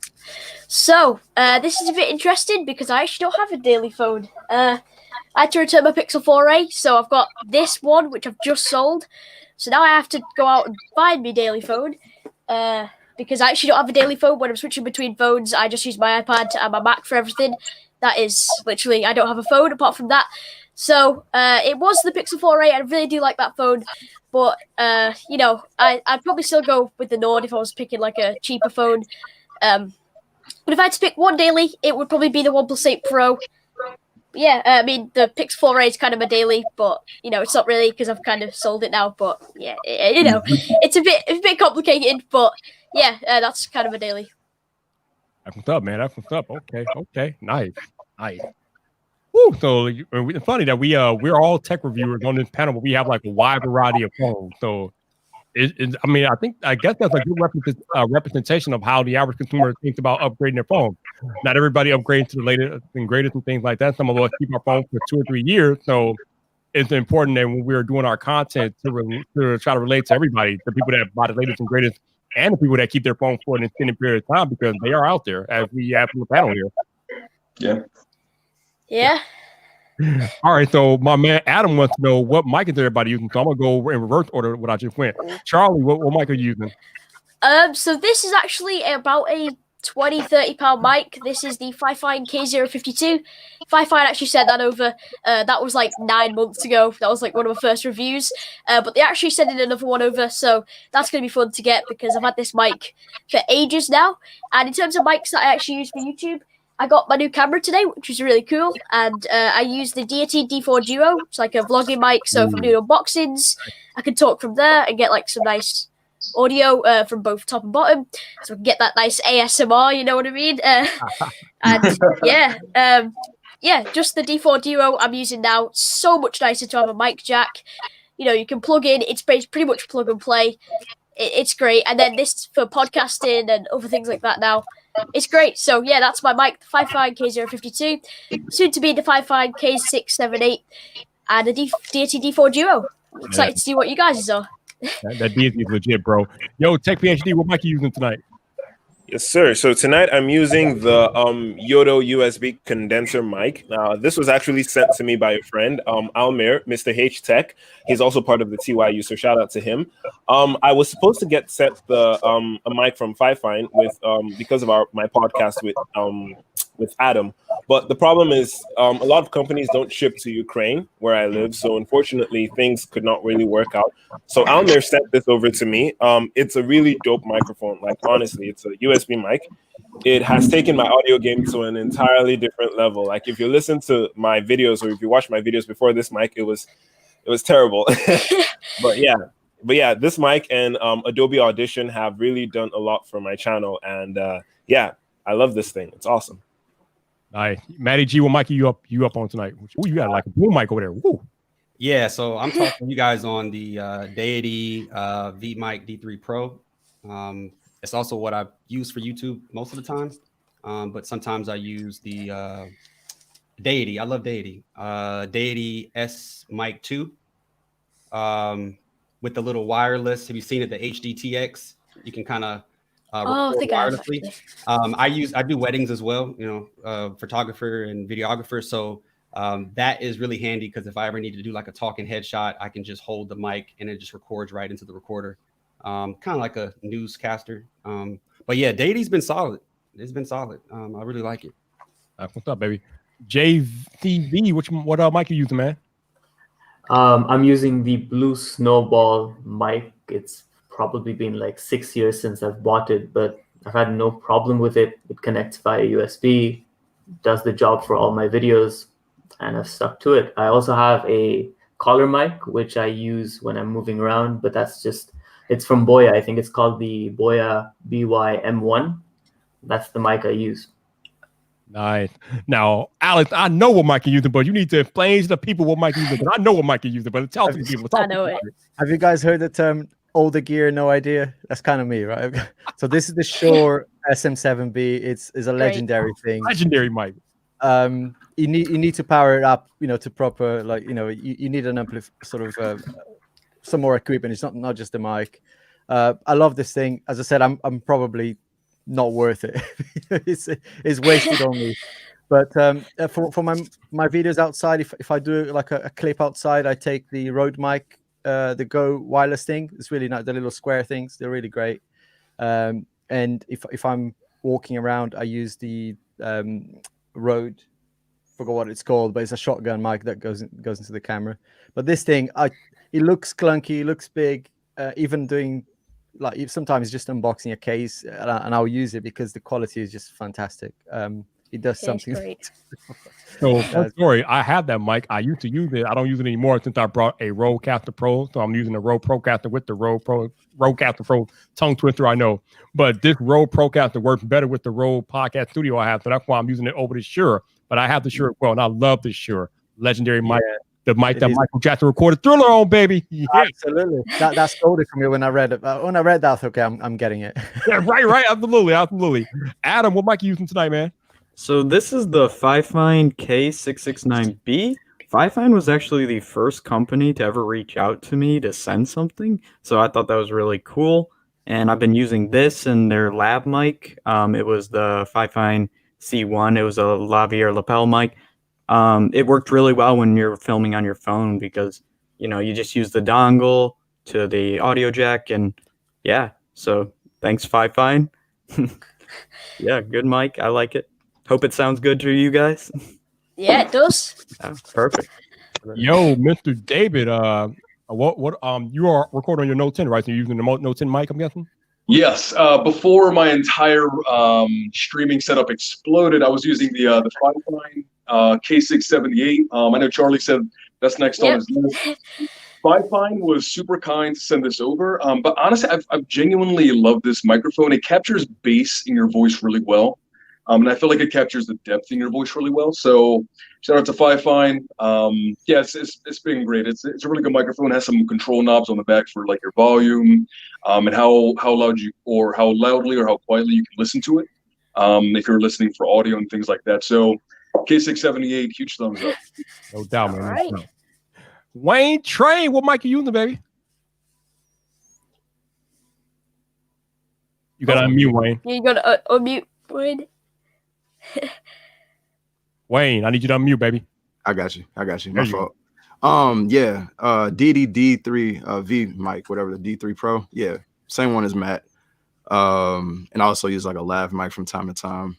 That's also by Deity as well. But I like the mic a lot. Let me know if I sound all right. This is my first time setting it up, so I don't really know. You sound really good. All right. But no, yep, Deity. Leave him alone, Travis. Leave him alone. All right, Saif, what mic are you using tonight, man? Oh, I know what mic. So I am using the HyperX Quadcast microphone, and I got this, I think, like a month ago now, and it's been treating me really well. Of course, it has the lights. I think we all need a bit of RGB in our life from time to time, and yeah, it's really solid mic. It has an easy tap to mute feature at the top. It has all the 4 different pickup patterns, which I think if you guys know about this mic, you guys do know about. And yeah, in my opinion, this has leveled up my videos, like Johannes said, like by a lot. And looking back at my videos, the audio, I just can't hear anymore. It's just that bad. So yeah, HyperX Quadcast microphone. Yeah, funny story. I didn't use it. I had that mic too. So when I first started out, I was using the internal audio mic on my iPad Pro because I was shooting and recording all my footage with my iPad Pro when I first started. Then I eventually got a Blue Yeti, so I had that for a year. Then it died out of the blue all of a sudden. So when it died, I went out and I got the HyperX that out of the blue. It just died out of the blue. So I went out and got the HyperX, and I was using that for a while. But then Deity was good enough to send me a lav mic, so I was using that until I upgraded to the Shure and things like that. So I just want to say that I'm proud of you guys because all of y'all have taken the appropriate steps to make sure that your audio is first class.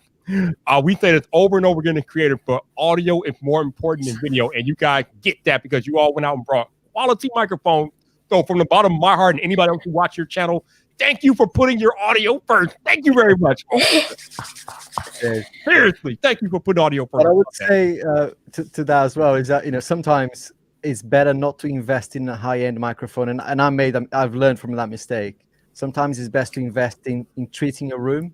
So even if it's like like foam or anything, like even sometimes like blankets, anything, carpets, rugs, whatever it is to stop reverb in your room, that might be worth doing more than spending a lot of money on a mic. And I made that mistake myself. I should have bought like proper panels before spending a lot of money on a mic.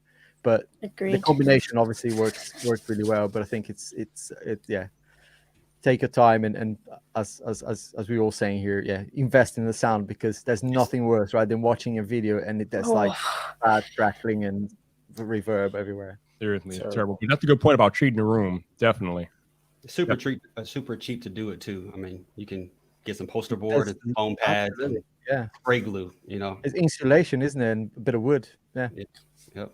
That's the problem with investing in video. Like, you think, oh, 4K, you know, it's kind of, you kind of have these landmarks and benchmarks, but with mics, you know, it's kind of, you know, the higher your price, you probably are going to get something better, and you can't really tell off the specs and things like that. So you kind of just got to trust that it's better. But if you got a really good audio setup, it does help a lot. You can I was get really annoyed that I quality reviewed a audio. $40, a $40 microphone, and I was really annoyed that it sounded just like this one.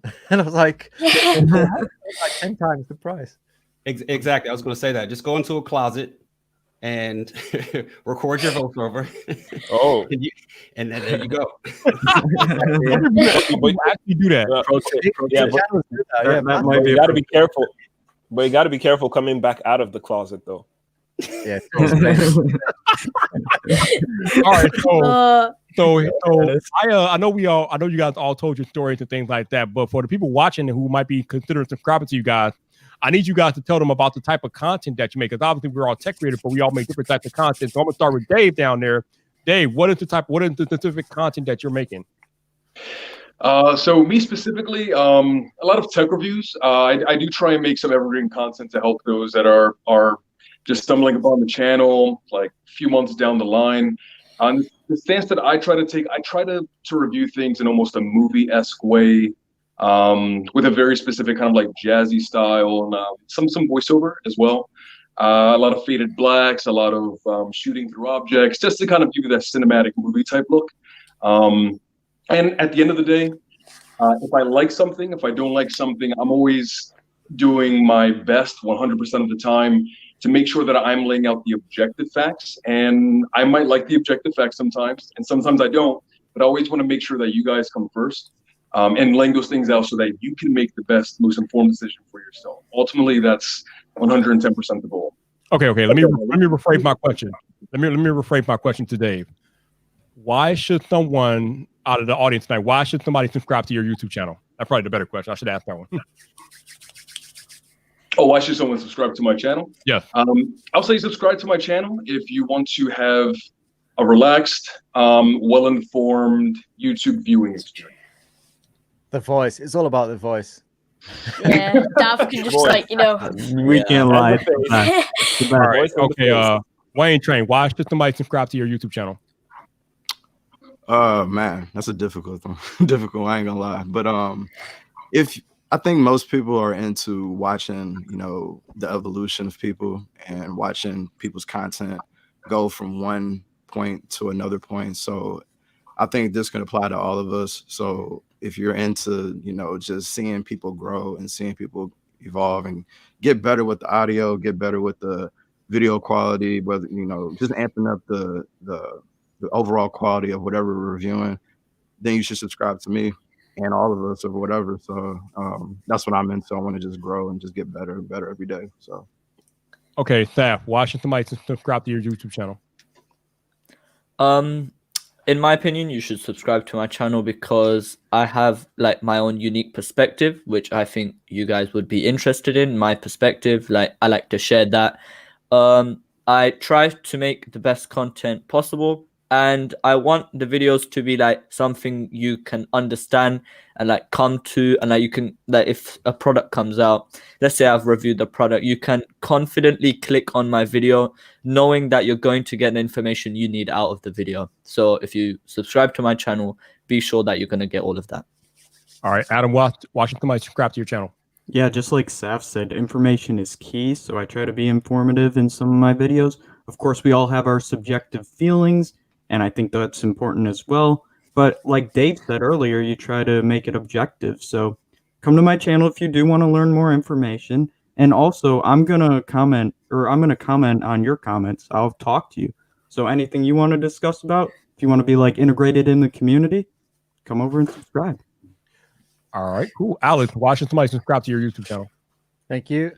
My channel is about, I mean, it's all about the way I see things myself. Whenever I put something out is the way I try to put myself in people's shoes. So, you know, would I watch this video? I add a little bit of fun. Well, at least I think it's fun. So I try to put a bit of humor in my reviews, a bit of quirky jokes in there. And I know, you know, I love when I'm making this. I'm having fun. when I'm making it. So I try to make it less, even though I'm reading from a script, I'm trying to make it fun and make it informative. I think as some of the guys said as well.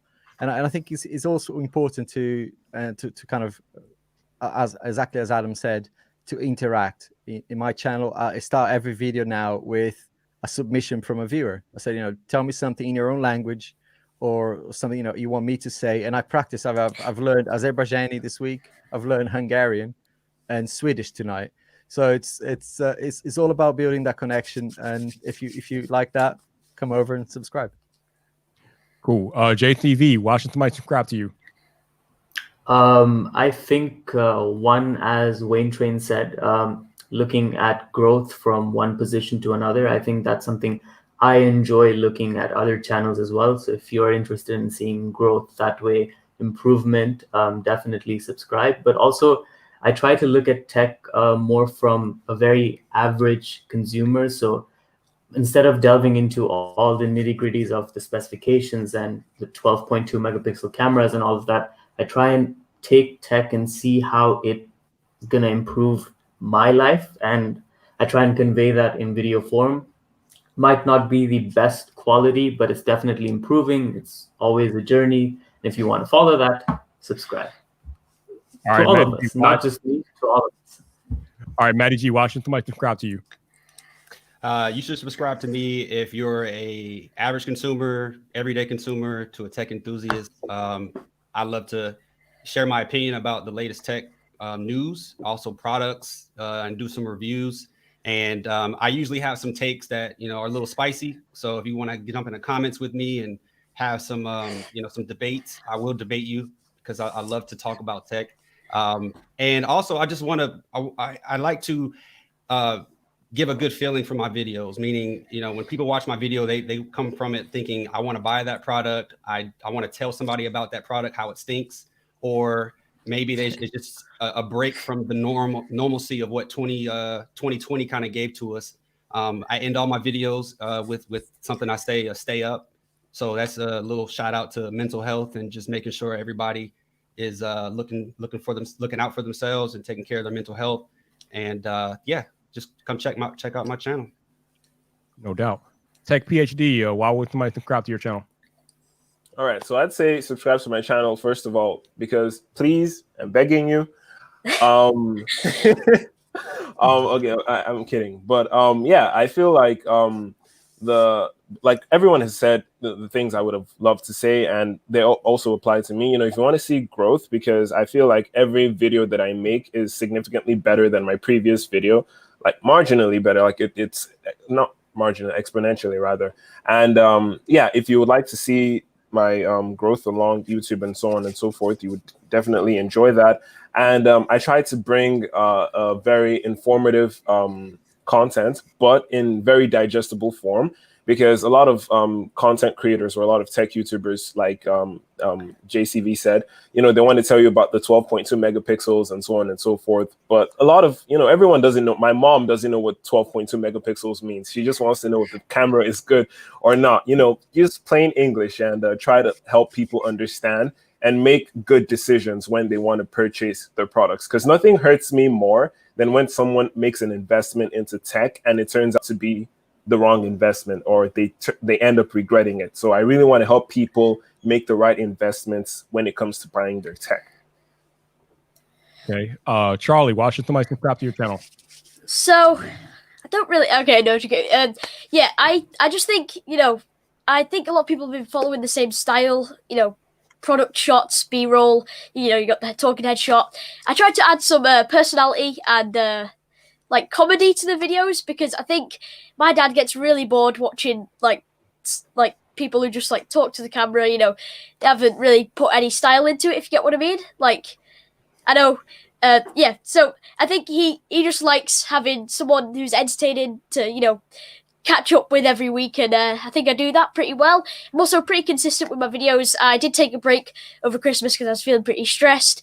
So and also I'm pretty excitable in my videos. I always try to put the excitement from what I'm unboxing or talking about into the videos, and people have noticed it a bit.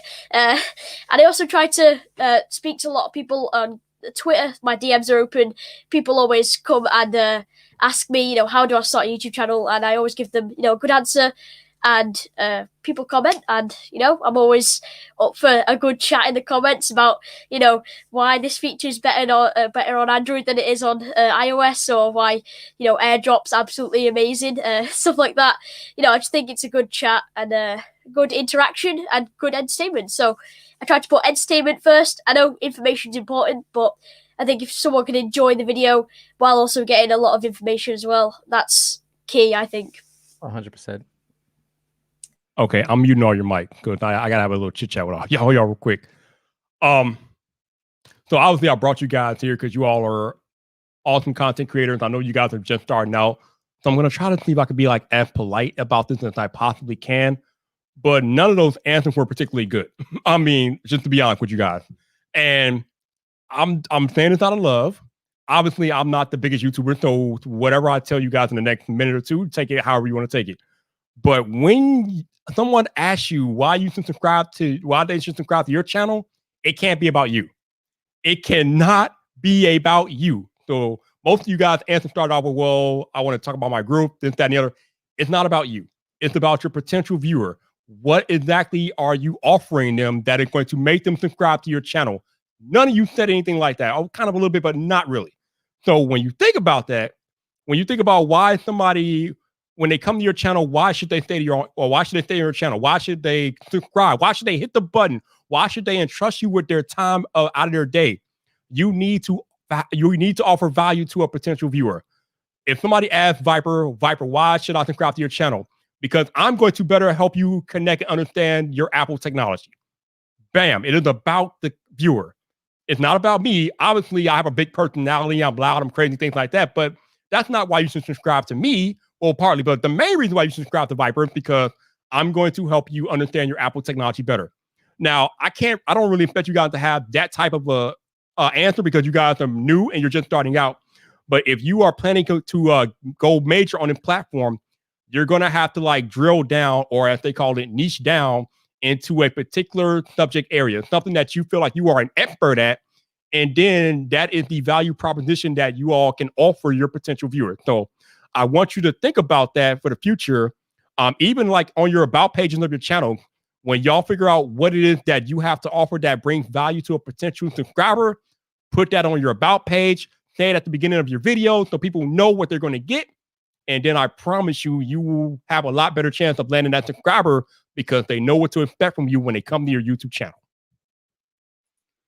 Let me unmute you all. Yeah, thanks for that. That's great. Great because advice. I know I do like phone and Mac and also kind of a lot of PC content as well.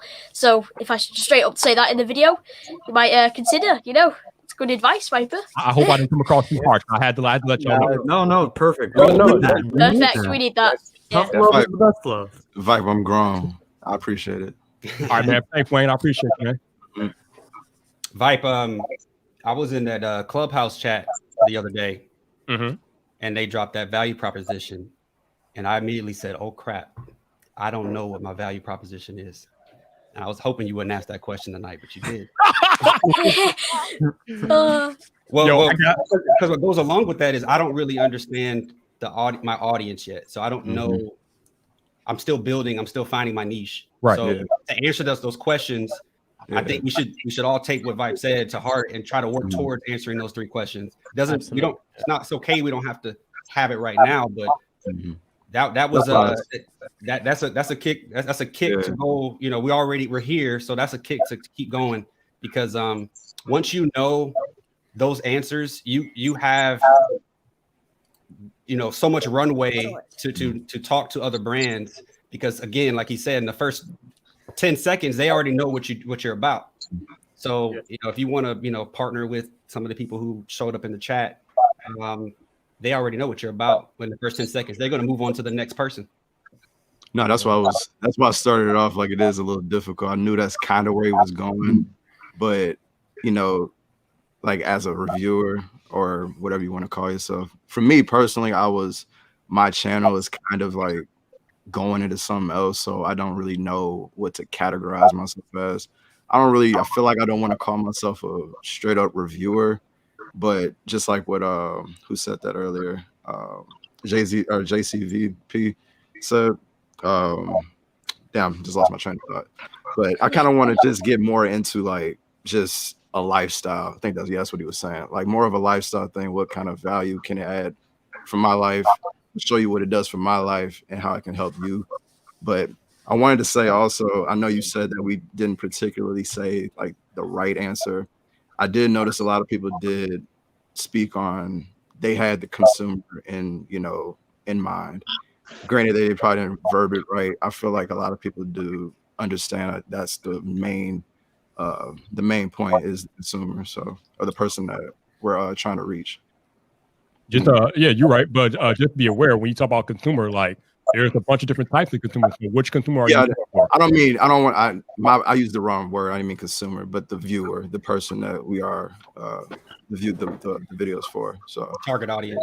It's so true though. One of the things that I find it really hard is to, I think the term is kill your darlings, the things that you produce that you're really proud of, but sometimes you have to let go, right? 'Cause you have to at some point, and I think I'll find it quite hard because, I like talking about lights, talking about audio, talking about phones. It'll be hard for me to go, right, I need to focus on one thing, but we'll have to do it to grow, and I totally understand it. Yeah, that's what's up, man. Like I said, you guys, like I said, I don't expect you guys to have all the answers right now because you're just starting. I don't have all the answers. I've only been doing this 3 years, so I'm not perfect. I'm not saying I'm the end all be all. I'm just trying to help you guys understand what your viewers expect out of you, because I've been on the platform for 3 years and I've had to learn these lessons the hard way. So I'm trying to help you guys learn the lessons quicker than I did, because I know how cool YouTube is. Like, I was looking at you guys constantly. I saw your guys' number of subscribers, and I'm like, damn. Some of y'all make amazing content, but y'all don't have numbers because YouTube is brutal. So that's why I brought you guys on here tonight, so I can get you some spotlight and give you a little tips and tricks that I learned along the way that I've been doing it for 3 years. Because YouTube is brutal AF, man. Hey, real quick, I wanted to say thank you to, I think it was TechPhD. He became my 900th subscriber. So thank you, bro. I appreciate it. Hey, let's go. All right. Hey, That's awesome. Actually, That's what it's all about. What's up, man? What's up? Someone said in the I saw a comment a couple of minutes ago. Someone was like, "What's more important, your personality or your content?" So I wanted to see like what we thought about that. What do you think? So let me jump in here with this one. So when you're first starting out, your content is more important. Actually, your value proposition is more important because people don't know you. So the only way they're going to work with you and stick with you is if you provide some value to them. Now, as you build that level of trust and you provide value over and over again, then they will start to care about your personality. But you can't start off with personality because they're not going to give a monkey nipple about your personality. They don't care. They don't know you. They don't know you from a can of paint. So when you're first starting off on a platform, you have to concentrate on providing value, giving people a reason to build that trust in you. And then once you establish that, then give them some personality. But when you're first starting out, they don't give a monkey's nipple about your personality. When you're starting out, they're searching for a product. They're not searching for you, so that's why tools like TubeBuddy. I've learned that the hard way. I think my best performing video was a video that I didn't show my face. So I was like, that's telling me something. No, it was probably good indexing. You probably had the right key terms and the thumbnail and all that. It could have been watch time, boys. Yeah, there's something organic about that. So there's this YouTuber, I think it's Tube Noob, and basically he does a lot of like camera videos, camera tutorials. And when I was researching for a camera, I was looking in the Sony ecosystem, and his videos will come up a lot. And I like you said, Viper, I didn't know him from a can of paint. His name just popped up. The video seemed to match what I was looking for.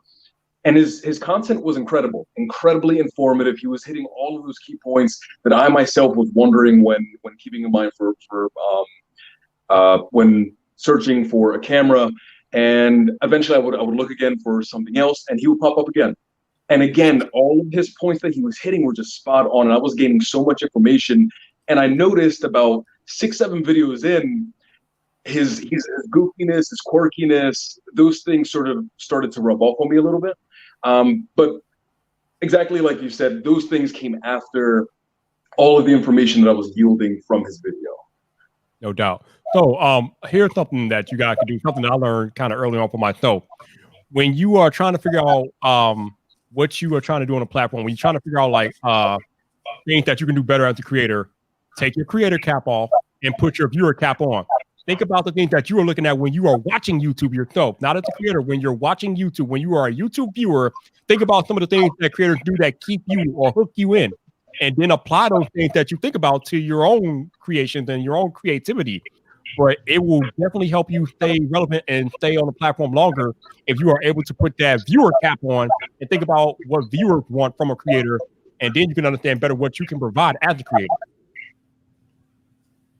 Gotta take notes on this. Yeah, I like that. I wanted to kind of speak to that real fast, because like probably my favorite tech reviewer is Flossie Carter. Mm-hmm. So like I thought about that like for a long time. So I was like, when I started, watching his content did make me want to start a channel, and then I started one, and like I realized that like I would watch his entire 40-minute, 50-minute video. Like he probably the only one I think I'll do that with. And like when I compare it to other, tech YouTubers, it's or any YouTuber period. Like I don't really look at anything specifically, but I do like with him. If I was trying to try to beat him, I'd have to have that strong, powerful voice like he got. And I know that's not me. So like, it's like you kind of have to. The reason why I wanted just to kind of say like, you do, in a sense, I think, have to find who you are and like kind of figure out how to apply your own personality. Like personality is important, but like you said, like the other stuff comes a little bit first. But before, like you have to kind of apply a little bit of that in order to, find where you really want to be on the platform. Because like I know I can't be flexible. I can't come in with all that energy because it's just not my personality. Yeah, you got to find your own way, and most importantly, I know we all have our favorite creators and we draw inspiration from them, but whatever you do, do not copy them. Just please don't do that, because no one is watching you when they can watch the OG, the original. So and that's not to say that you should not take inspiration from your favorite creator, because you absolutely should take inspiration from your favorite creator, but don't try to copy them and everything that they do. Be yourself. Take inspiration from what they do and then kind of add your own flavor into that and then present that. But don't try to copy them, because that's not going to work.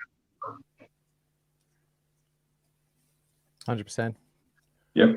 All right. So any of you all have any questions about anything? Like I said, I'm not no big time YouTube guru, but I'm up here. So if you guys have any questions or anything, let me know. Real, I was going to say, I do have to dip out. But before I go, I wanted to say I really, really, really appreciate you, man. I've been following you for a minute. I know for you personally, your 5,000. Congratulations on your 5K. By the way, I was going to say your 5K. The way I look at it is, I don't be looking at the subscriber number. Like your 5K is strong. Like it's just a strong 5K. You pull in so many people for your streams. So like, there's a lot of, like, you have so much value in the tech community. So I wanted to say thank you for that, and bringing us all together and doing this. So like, you're really dope for that. So yeah. And I want to thank you for that. To everybody else, congratulations, and like, I don't know what to say. Like, just keep growing, man. Just keep growing and getting better. And yeah. Yo, man, thanks for the time, Wayne. I appreciate you, bro. Thank you. Thank you, Wayne. Good to talk to you, man. Thanks, Wayne. Yep. What? And congrats again. I hope 900. Maybe you'll see it in the VOD. Right, I got a question. Go. So I've been getting into my analytics a lot lately, which is why I said TubeBuddy was a good timing. Some of the analytics that I focus on are my click through, my impressions, obviously with the click through, watch time, and I stopped caring about the viewer to subscriber count. I stopped caring about that. But is there any other metric that you know about that are important to your channel that maybe helped you kind of zone in on your niche, or maybe just helped you perform better? Give me 1 second to answer that, but as you guys know, I have a few friends in the YouTube community, and one of them wants to come on and talk to you guys tonight. So let me bring in my head of security, El Jefe Review. Hey! Hey, LFA. man. What's going on, Man. Man, yeah, no, I just wanted to pop in, say what's up. I've been listening to the whole stream, and I'm really happy to see what's going on. And shout out to Viper for putting this all together. You know, I'm on a different team, but I'm actually really happy to see TubeBuddy step up and get you guys access to the tools that you need to kind of make your SEO a little bit easier. I personally do like what TechRS does, and I dip into everything because I want to have access to all the tools, so to make everything easy. But yeah, no, definitely, man. I just wanted to pop in, say what's up to everybody, and just be here with Viper. If you guys have any questions and I can help him out, we can kind of chat it up back and forth, whatever you guys want to talk about. Between me and Viper, I started like a couple months before Viper, but we've been in the game for a long time, and we've been homies since the beginning. Like I met Viper when he was like on his like second month in the game. So we're thick as thieves, like we met up in real life and everything. So Nice. yeah, man. So that's one of those things where like, if he needs help, I'm here, and if you guys have any questions, feel free, man. All right. Did you always start with a niche, or did you have like a variety of content when you started? Sorry, what was that again? Did you start with just doing like sound related videos, or did you have more variety when you started, or how did you go about having because you have a very strong niche? I bought products off your channel just listening to your recommendations. So it's like, awesome. Yeah. So no, I definitely didn't start off niched in like that. I was kind of throwing stuff at the wall, doing all kinds of different things, power banks, wires. It was always tech, but I was just kind of, I was that dude that was already buying all this stuff. Like I was just already buying this stuff anyway before I had a channel. So I was like, you know what, let me just start reviewing whatever I got. But here's the thing though. One thing I did pick up along the way, even early in the journey, was when you see something pop, double down on what works, right? So I was doing this video and this video wasn't working. I was getting 10, 20, 30 views a video. And then I pick up no, actually I didn't pick them up. I got sent because I was part of a referral like review test program with Anchor back in the day before they were Soundcore. And they sent me a set of their like Bluetooth earbuds. They had the wire around them and everything. And they sent those over. I made the video, and I think I got like 1,000 views in like a week, and then it blew up in my mind to 15K, and I was just shocked. I'm like, this video really outperformed. So I was like, let me pick up another set of earbuds, and I did that. And then I said, I still got earbuds lying around here. Let me try that out too. And then every time I dropped a video about audio products, it was substantially would get much more views, much more engagement than anything else I would do. So that's when I started realizing like I'm already into this. Like I was already into headphones and all that stuff. So, but once I saw that it was actually performing better than everything else, then that was a natural sign that I should double down and really dive deep into it. So I did like I invested 10 videos. Like I said, my next 10 videos are going to be straight headphones or earbuds. It's going to be audio. That's what I'm going to do next. And I was willing to make that investment, and every single video popped. And that was like where it really started kind of like going in the right direction. But that's how I kind of got into that niche. It's like, thankfully it worked out that the video that did well was something that I love to do. You actually liked it. Yeah, because it's one thing we were talking about with Viper is that a lot of people want virality, and the problem with virality is that you could get trapped doing something that you don't like to do. So that's something where you gotta, if there's something that you want to do, you got to be willing to invest time, put multiple videos out on that topic, really hammer it, but also make sure that it's not just something that you want. You got to make sure that the thing you want to make is also stuff that viewers want to watch. So you got to find that balance. All right, so I want to get back to Matty G's question. So he was asking about analytics that I look at to like help me improve and do better. So what I like to do, man, is on the in the Creator Studio or on the dashboard on the desktop or whatever. I like to there's a section where you can check your whole channel analytics, and in that section you can check how your channel is doing for the past 48 hours. It will show you how I think your last 50 videos are doing, which one is getting the most views, how many views you can get per hour, and things like that. So I like to go in there and look at that every day and see how my last 50 videos are doing over the course of the last 2 days, and then I make decisions about that. Also, if some videos are like at the top and things like that, I want to know where that traffic is coming from. So in the analytics, you can see where a certain video traffic is coming from. So if it's coming from search, then you know that particular subject is being searched, and maybe you can make more content geared around that search. If it's coming from suggested, find out what video is suggesting it, and then make more content like that. So there are a bunch of things in the creative studio that you can do to figure out what type of content that viewers want from you and your channel. What do you think is like the best thing for SEO? Like getting ranked #1, because I think Oh man, that's a pretty valuable I've tool. already hooked you up, man. I got you too, buddy. Yeah, no, TubeBuddy. Oh. But yeah, that's pretty you're already using them. You both TubeBuddy and vidIQ, and those are two Yeah. excellent tools to like research that information. Definitely. Yeah, no, for sure. That's going to be the way to do it. I mean, what's going to also help, like when you're just starting out, it's tough because you're up against channels with much higher authority, not necessarily just because of sub count, but because of them owning specific topics in a sense where YouTube knows their channel for a specific topic. Like YouTube knows me for true wireless earbuds. Like they know me for that. So if I try to drop a video on something else, it may or may not do well. So, but it's one of those things where I have channel authority for that topic.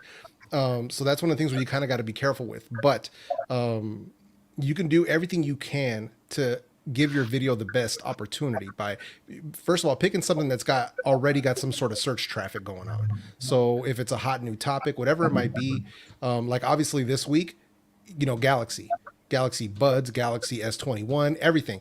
That's the stuff that's hot. So that's where you want to go in tech right now. Like when it's iPhone week, you know what time it is. When it's Apple season, you know what I mean? When Tim Apple comes a calling, we got to make those videos. So this is, you got to kind of stay on that trend, but try to get, if you can find stuff that's already got some search traffic in it, try to put your own twist on it. Which everybody has their own voice. So you definitely want to do that. But one of the things that I want to make sure, like SEO is going to help you, ranking is obviously going to help you, but what's going to give you the biggest impact is making sure that your thumbnails are better than the next person. That's really what's going to sell it, because you could have the most amazing video, but if you put a bootsy wrapper around it, nobody's going to want to click on it. So, and like even today, I went totally left on my thumbnail and it's doing numbers today. So it's one of those things where you got to keep playing with it. I made 6 thumbnails for that video today, but the first one took off, so I ain't touching it. If it ain't broke, don't fix it. But that's just one of the things you definitely want to do is I stress that to everybody here is spend more time on those thumbnails. If a thumbnail's not doing well, swap it, but just spend more time on that. That's really, really what's going to help you out. I'm gonna piggyback off of that because thumbnails are very important. I kind of devalue thumbnails a little bit. Because I used to be of the mindset that title was more important than thumbnail, but then I realized over the last week or so that number one, your thumbnails are the first thing that somebody sees before they even click on your video. But more importantly, if you want to show up and suggest it, guess what the first thing you're going to see is if your video is suggested, your thumbnail, and it has to pop. So thumbnails are very, very important for getting those potential views. So like El Jefe said, make sure you take the time that you need to make sure you get that banging thumbnail because thumbnails are very important. Also, I don't want to take up a ton of more time, but what do you think on like doing videos before product launches? Like I've seen a lot of people, like when a new Samsung phone comes out, they look at the leaks and then they pre-record it for that. I don't know why. I don't know if that's a good idea or not because you don't actually know guaranteed what's in the event. But if you have that ready and you click upload as soon as the event's up, I think it could be pretty beneficial. But what are you guys' thoughts? Hell yeah. Do it, man. I do it before. Before. It's called speculative. It's called speculative content. I mean, I know a lot of people do. I know Viper's done it before. I've made a video like that before. I believe Travis is one of the biggest people that does it, and it's been growing his channel like crazy. Travis is on his way to 100K. Y'all watch that this year. He's gonna get that plaque this year, guaranteed. So, for sure. Nah, man, don't ever be afraid. Don't ever be afraid to bring your voice to something. If you see enough information, enough leaks, and anything like that, dude, jump on. How many people grew massive this year over Apple leaks that John Prosser was putting out? I mean, come on, man. Yeah. All right. I'm gonna have to get on that then. All right, TechPhD, baby. Yeah, I was gonna say that actually. The day the AirPods Max came out, just a couple of hours before the event, I was scrolling through some stuff on Twitter, and I'm like, oh yeah, I could make a video about this. It was just like 2 minutes long, and within the first hour, at this point, I was at about 800 subscribers or so, and within the first hour, this video had about 3,000 views within the first hour, and I'm like, what the heck? And it was just 2 minutes long because I released this video a couple of minutes before Apple made the announcement, and then everyone thought I had the AirPods Max, and I'm like, okay, no, calm down, calm down. I don't have it. But yeah, definitely, I think like you said, the speculative I forgot the word you said. Speculative content. Yeah, speculative content. Yeah, definitely. It's very helpful. If you want to see somebody in action doing speculative content like that a lot of people here may be familiar with, check out my dude Devin Macon, C-Kid Tech or C-Kid. Check out his channel. You'll see a lot of speculative content on there, and he does it super well. And he brings his own swag, his own thing to it. But that's somebody who puts his own spin on it. So definitely something like if you guys kind of have an idea, take a look at what he's doing, because I know he dropped like 3 videos on the Galaxy Buds Pro before they even released. So that's one thing, like he most definitely does not have them. That didn't stop him from making any videos though. So that's something that you definitely want to get on. You know, you can do it. So that's what I'm saying. It's like, don't be afraid of that. No doubt. All right. Anybody else got any other question for me or Jeff? I've got a question. So I wanted to ask because I recently got to 1K, but I'm having some issues with watch time. So a couple of people here and there have told me different things. If you want to get 4K watch time, you need to make longer videos, or because my videos tend to be 5 or 6 minutes long. And then some people say, no, you need to make videos that get more views, because if you make longer videos and no one watches them, you won't get watch time. So I'm like, okay, so what do I do actually to get more watch time? Do I make longer videos? Do I make shorter videos? What's the so I got an idea for about that. First of all, yeah, making longer videos will definitely help. But another idea is the live stream. Yep. You will be live stream will get your watch time up very quickly. Yeah, man. So if you want to get that watch time up, like I thought, live stream is almost like a watch time cheat code. If you want to get your watch time up very quickly, live stream. Yeah. But just be careful about it though, because you don't want to make the live stream too long, and you want to keep it on brand with what you're trying to do on your channel. Don't. God, that's the mistake I made when I first started. My live stream from like my regular video for like 8 to 15 minutes, and my live stream for like 8 hours, and they were like all over the place. And it stunted my channel growth like tremendously.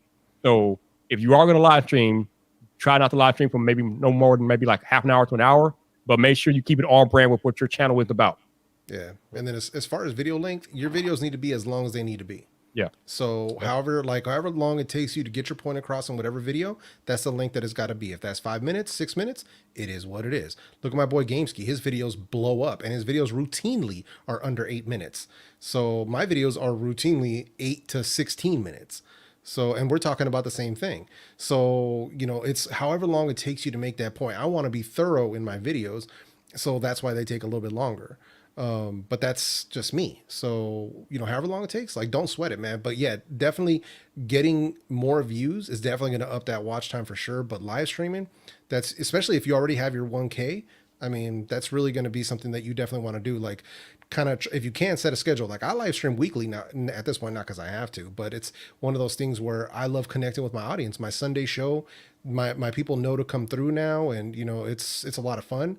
But that's something you could definitely want, if you want to set that up when you have a good time, when the internet is good, wherever you're at, definitely, man, sit down and chill with your people, man. Come up with a few topics. Like, I usually have notes, like I know what I'm going to talk about.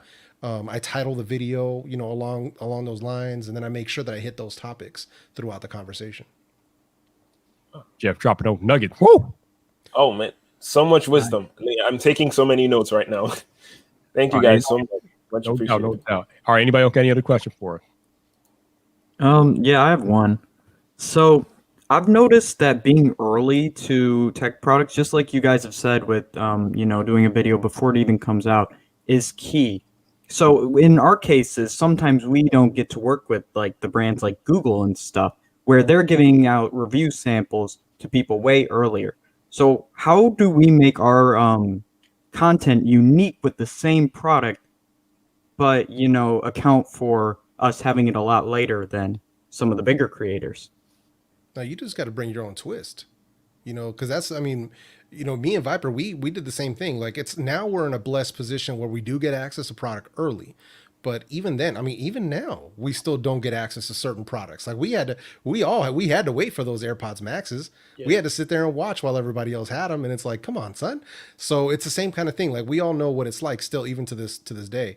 But you really just got to bring your own twist to it. You got to bring your own vibe, your own story, because that's what it's really about. It's going to be your perspective on it. Like, why I watch all of Viper's videos, because I want to know what Viper's talking about. I respect his opinion.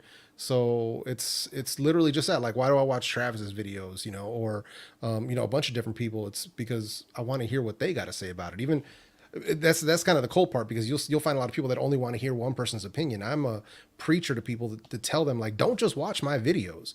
Right. You know, watch multiple videos and get a more well-rounded idea. So, you know, Definitely. don't be afraid to put your voice out there, man.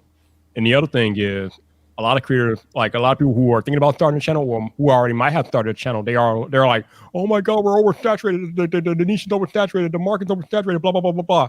No, it's not oversaturated. And the reason why it's not oversaturated is because there's only one Adam Reviews Tech, only one of you.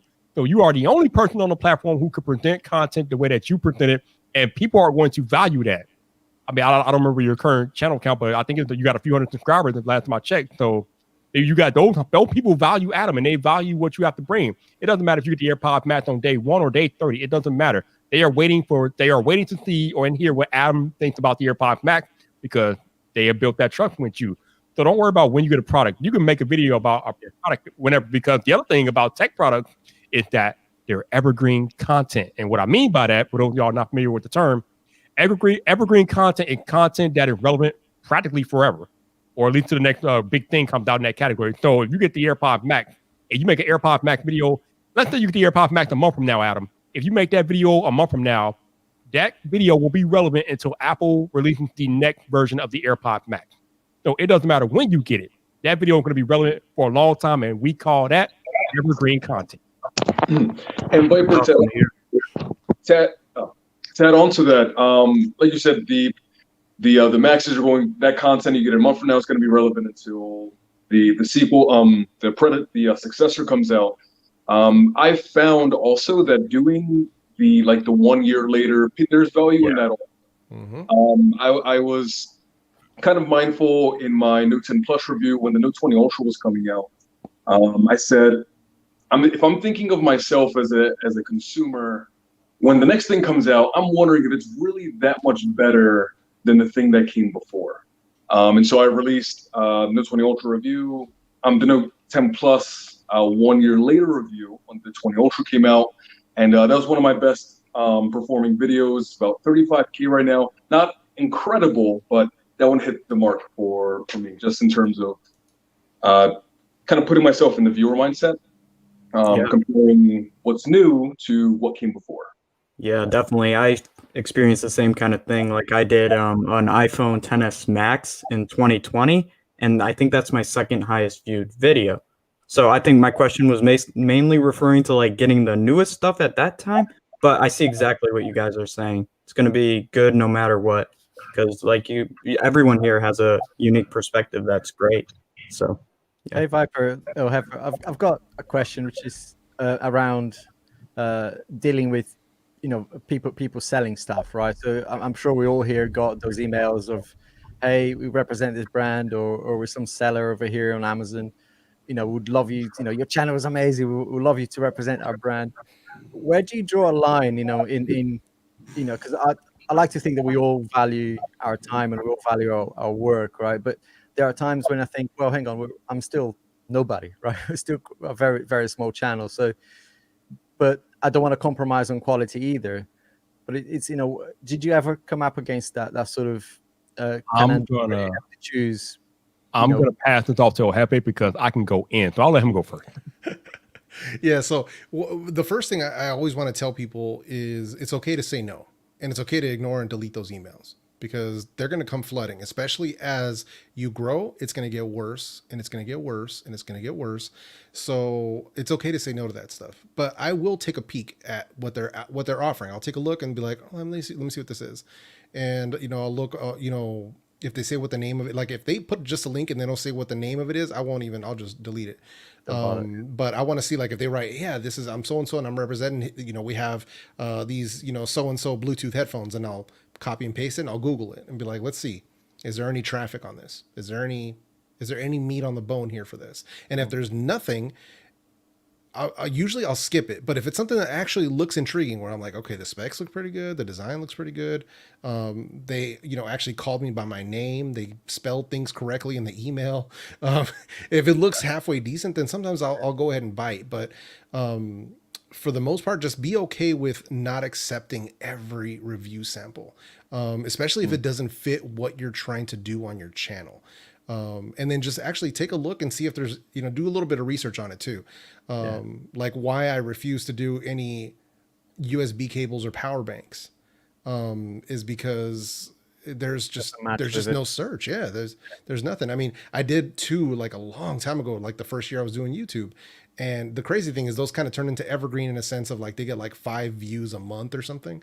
But it's one of those things where it just wasn't worth it in the end. So just be more strategic about what you pick and who you want to work with. But be careful of the Amazon vendors because a lot of the time they're going to want you to buy stuff. And don't do that. Anybody who wants you to review something, they need to send it to you. They should be asking you, hey, we're so-and-so, we like your channel. We would love for you to check out the product. Can you give us a shipping address and we'll send it over to you? That's how they should be approaching you. And usually if you want to look at it and say, oh yeah, you know what? Cool. Here's my address. Go ahead and send it over. That's how it should be. It should never be anything like, oh, you buy on Amazon, we pay you back later. No. If you want me to check it out, send it or get the hell out of my inbox. That's really good advice. Now it's my turn. El Jefe kind of beat me to it, but I'm still going in anyway. First off, with these Amazon emails, listen to me very, very closely. Just like El Jefe just said. If they send you an Amazon email and they want you to buy it and then we'll PayPal you the refund, absolutely not. Hell no, delete the email immediately. Not immediately. Immediately delete that email if they want to PayPal you the refund. Delete that trash. Secondly, if you have to think hard about what it is they want you to review, delete it. Why should you have to research what they want you to review? That's their pitch to you. Just like we have to go out and pitch to brands when we email them. Anybody that emails you and has to pitch to you their product or service, you should know what's going on in that initial email. You should not have to do a search or a Google search about what it is they want and this and that and the other. You should know what you're getting into in that initial email, or at least have a very good idea of what you're getting into in that email. If you can't determine that, delete it. But again, like Jeff said, don't ever pay for anything from Amazon retailers about like if they want you to review something, they want you to buy it. Hell no, absolutely not. Do not buy anything. Like Jeff said, if a brand wants you to review a product, they will ship it to you so you can review it. That is how this works. That is how it works with The Verge, iMore, Android Central, Android Headline. That's how it works. The brand sends them the product. They don't buy the product. They don't get a refund. They get the product directly, and that is how it works with us as creators. The brand will send us the product directly. When Google wants us to review a Pixel phone, me and Jeff get a tracking number in our DMs or our email, and the phone comes directly to us. Ain't no Google telling us to go to Amazon and prepay for the Pixel. Bruh, I'm done. Y'all can. That's great. That's great. The other thing you gotta watch out for is some of those Amazon vendors will want you to do a Amazon review, and they want you to pay for it, and then they'll send it to you. That is a violation of Amazon's terms of service. So they will pull your account, and you could lose your affiliate status. So that is something that I want to make you all aware of. If any of you are using Amazon affiliates, don't do that. Like once you start doing reviews on YouTube, don't do reviews on Amazon anymore. You can if you're a part of the Amazon affiliate program, they'll let you like upload your videos if they're done correctly on Amazon pages, but don't like do written reviews after they've given you you bought a product and then they send you the money, or if they give you like a 99-cent code, like a discount code that drops it to like $1 or something. Don't do it. So I've known so many people that have hit me up like, yo, my account got pulled, and I'm like, did you do anything like what I'm just describing? And they're like, yeah, a couple times. I'm like, well, yeah, it's over. Like that's it. You can't get your affiliate account back. So just be wary. Just a little word of advice there. Yeah, no, thank you. Also, what do you guys think about like contracts and like legal kind of stuff? Like, is there any things you could? I know you got to read them all and stuff like that, but is there any like kind of things to look out for in them? Kind of. I have never been in that situation, so Jeff will know better than I would. But I would just say, read everything. Read everything. Sorry, I was muted. Yeah, no, 100%, man. That's definitely something you want to go through if you're not familiar with what it might be. At a certain point, it's worth having, you could pay somebody for an hour, like a lawyer, somebody take a look at it, make sure that everything is legit, but really look through that stuff, make sure that all the agreements are in place. I've had to turn down a couple of deals because we couldn't come to agreements on what they wanted. There was one, just as a quick example, where They want to pay me a certain amount, to make the video, but then they also wanted to take the video and take whatever clips they wanted of it and use it like in perpetuity. And I was like, oh yeah, so what you're talking about is licensing. That's going to be this additional fee for that. And they're like, oh no, this is the price we're at. And I'm like, then scrap it, cross that out. We're not doing that. I'm not agreeing to that. We can agree to what we're doing here, but I'm not going to agree to licensing unless you're going to pay me for licensing. And that was a deal breaker. Like the person who I was talking to didn't want to budge, which to me was shocking. Like I'm like, really? Like, this is not even like a thing. Like, we can still work together. We already agreed to it, but you're, basically they're trying to get you at the lowest price. So don't be afraid to negotiate, but make sure you're reading that stuff, because some of that stuff, like, the thing is that thing got snuck in after the second time. Like, they sent it over, I kind of gave it a quick look, and then they were like, oh yeah, we had to make some amendments, and they sent me the second one, and all of a sudden there's these like other stipulations. I'm like, whoa. Nah, man. And it was like, they even, exactly. They even snuck one in where it's like, oh yeah, you have to maintain a positive demeanor. And I'm like, so that's when I was like, yeah, you know what, man? Yeah, don't work for you. Yeah. So it was one of those things where I was like, all right, this isn't going to work out, but just read that stuff, because you never know, man. Like if they might try to use your stuff in perpetuity, which means you could say something about a product that like a year from now you end up hating, or ends up like being from a crappy company. And now it's your face on their website talking about how good it is. So you just read those terms, man.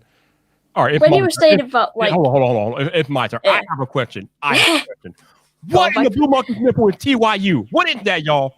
Okay. Oh, it's amazing. Oh man. Somebody. TYU is Tech YouTubers Unite, created by the man RJ Tech, with the associate leader Midu Unboxing. Awesome group. It's basically just a group of guys that love tech. Adam, Johannes, TechPhD up there. And Alec also. We're all a part of it, and we just love tech, and we do the best that we can to just support one another, love one another, and try and help one another grow in any way that we can. It really is a blessing, and it's a great ride for sure. Nice. Yeah, we retweet and do like everything to help each other out. I'm glad y'all have that going on. I respect that. As creators, you guys should be supporting each other. So that's what's up. I appreciate that. Okay. I'm like, they kept saying TY. What the hell is that? What is that? Hey, we're trying to establish that brand, right? Look what Travis said in the chat. You remember that, Viper? I'm about to say that. Yep. Team of Filter. Yep. Yeah. So we did this. We had something very similar like a couple years ago. Even though we're all still in contact with each other, but we definitely had like a whole crew name, shirts, the whole thing. Like we really did that. Like it was cool. So but yeah, just that's step up, guys. yeah, no worries. No, it's all good. What I'm saying is just, make sure you guys support each other, man. That's a big thing you want to do. And always above anything else, be completely honest with each other. Like, don't be afraid to share any kind of information, whether it's financial, like about the channels and things of that nature. Help each other out. Like when you're talking to brands and stuff, always keep that 100. There's, I can't name, I don't have enough fingers on my hands to tell you all the different creators who I can talk to at 100% level and be like, how much is that brand paying you? And then they'll tell me, or if they'll come to me and say, hey, how much is that brand willing to spend? And I'm like, here's what they're willing to spend.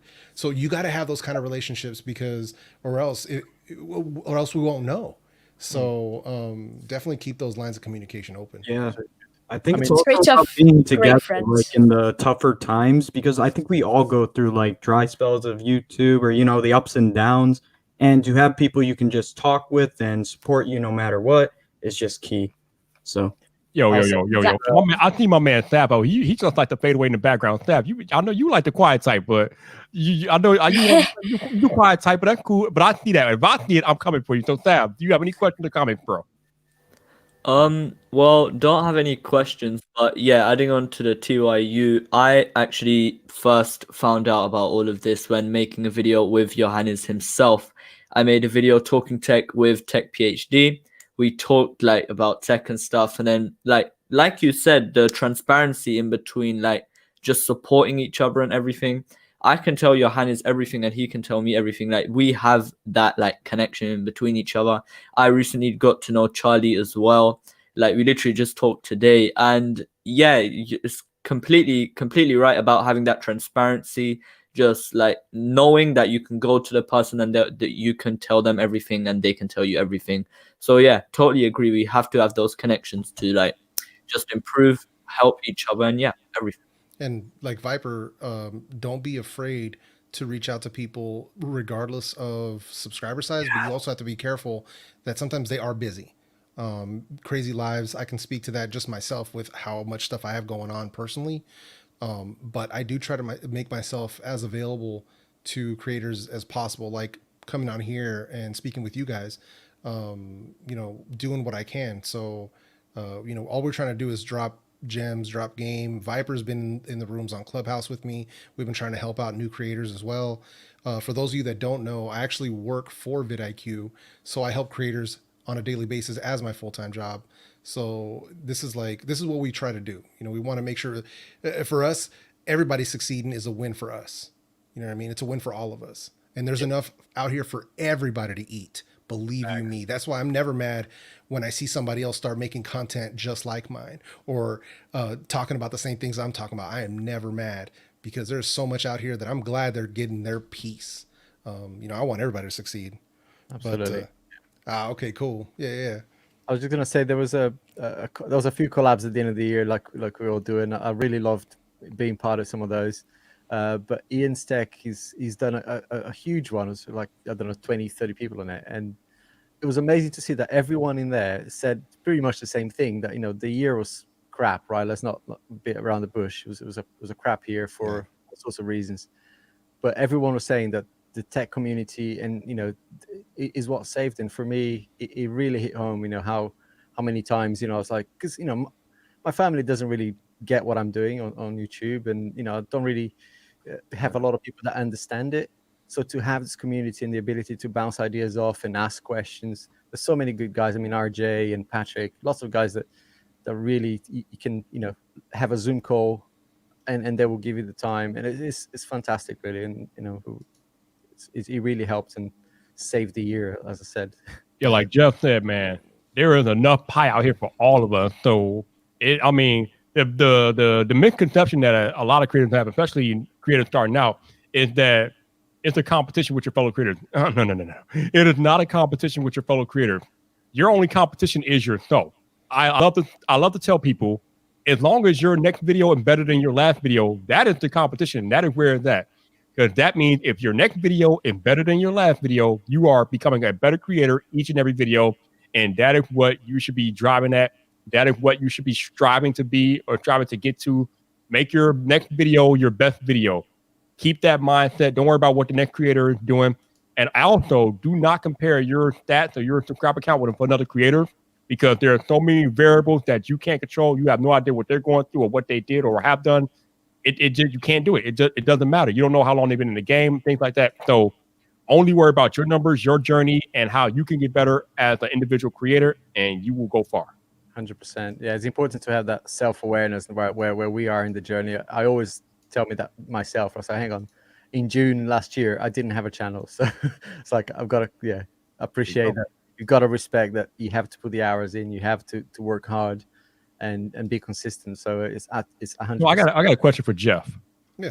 Were you here when I was like kind of rating them because they had terrible answers for why people should sub to their channel? Yeah, of course.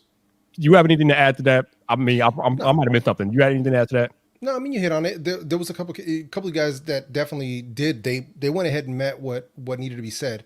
The thing is, you got to make sure you really nail that down, like the value of it, right? So, like when I said that in the chat, I said me and TechPhD are very along the same lines, because if somebody asks me that question, it's immediately, I'm helping people make better tech buying decisions. I'm trying these products so that they don't have to.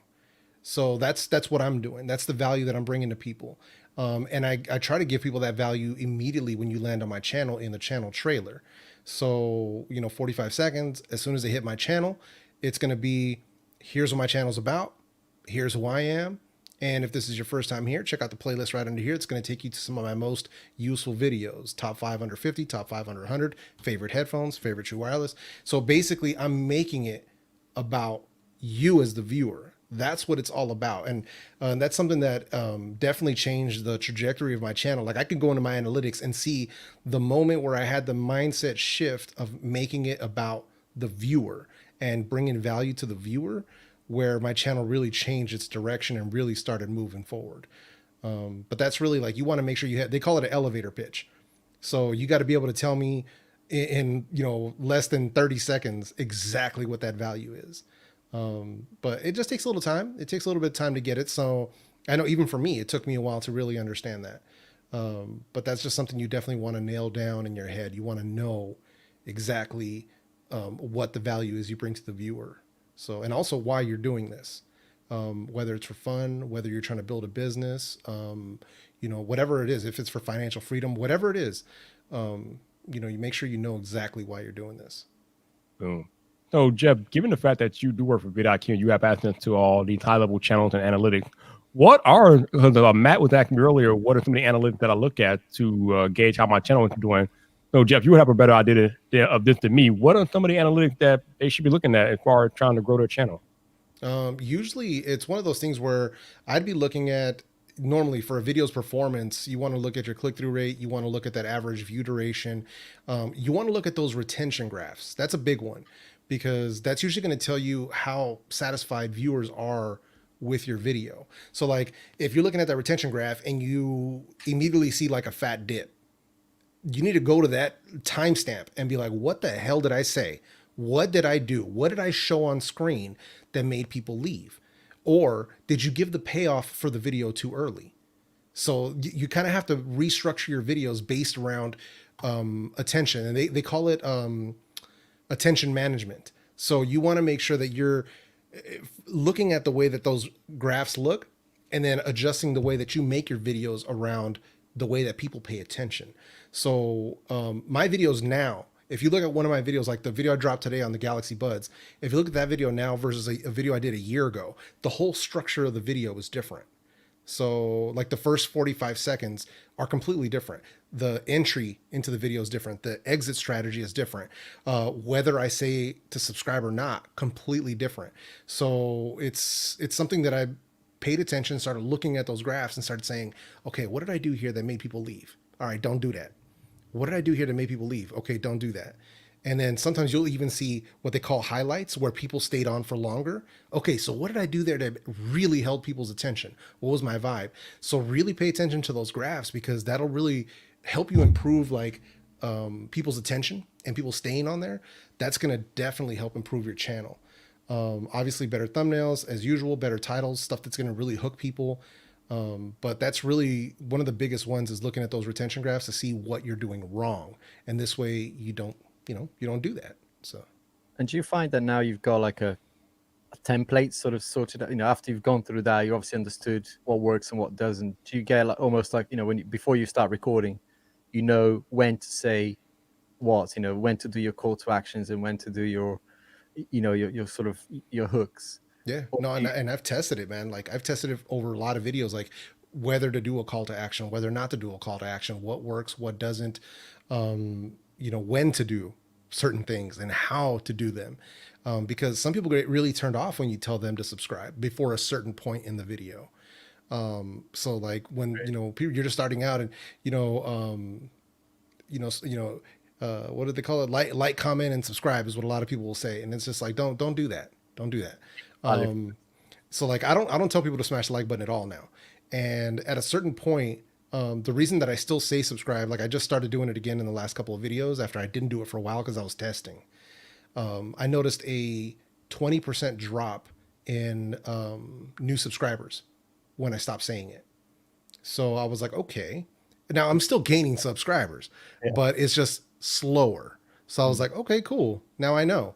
And now I do it a little bit differently. Like I'll be in the video at some point and I'll say, and if you like these types of conversations about the latest products or about the latest audio products, smash that subscribe button one time. And then I just keep moving and I just keep going. And I never say, yo, leave me a comment, anything like that. I don't say that. What I do is I do a question of the day.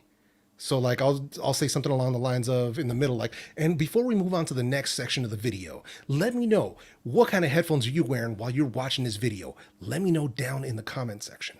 So I'll say something along those lines and it drives my comments incredible. So hit them with something to answer. And that's more natural, more organic than just telling people to comment. It's like, what do they want to comment? What if they don't What if they don't want to say anything? So give them something to say.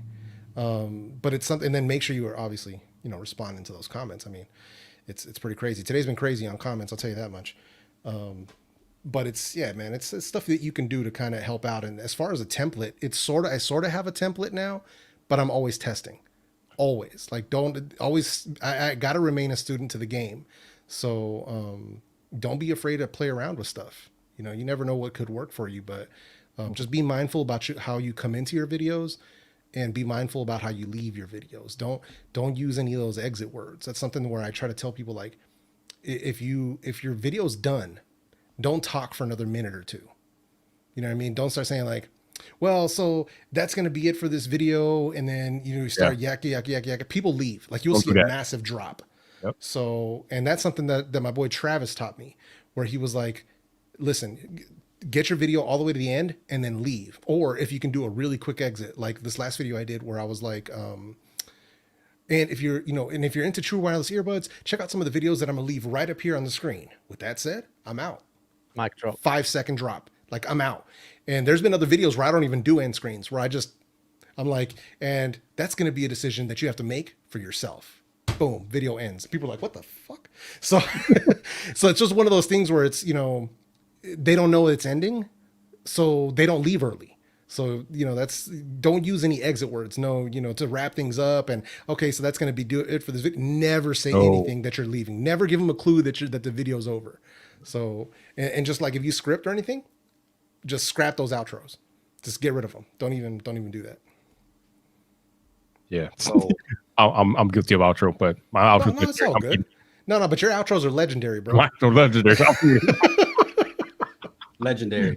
But I want to piggyback off what Jeff said about comments real quick. Something I learned yesterday that I've been doing poorly at myself was engaging with your viewers down in the comment section.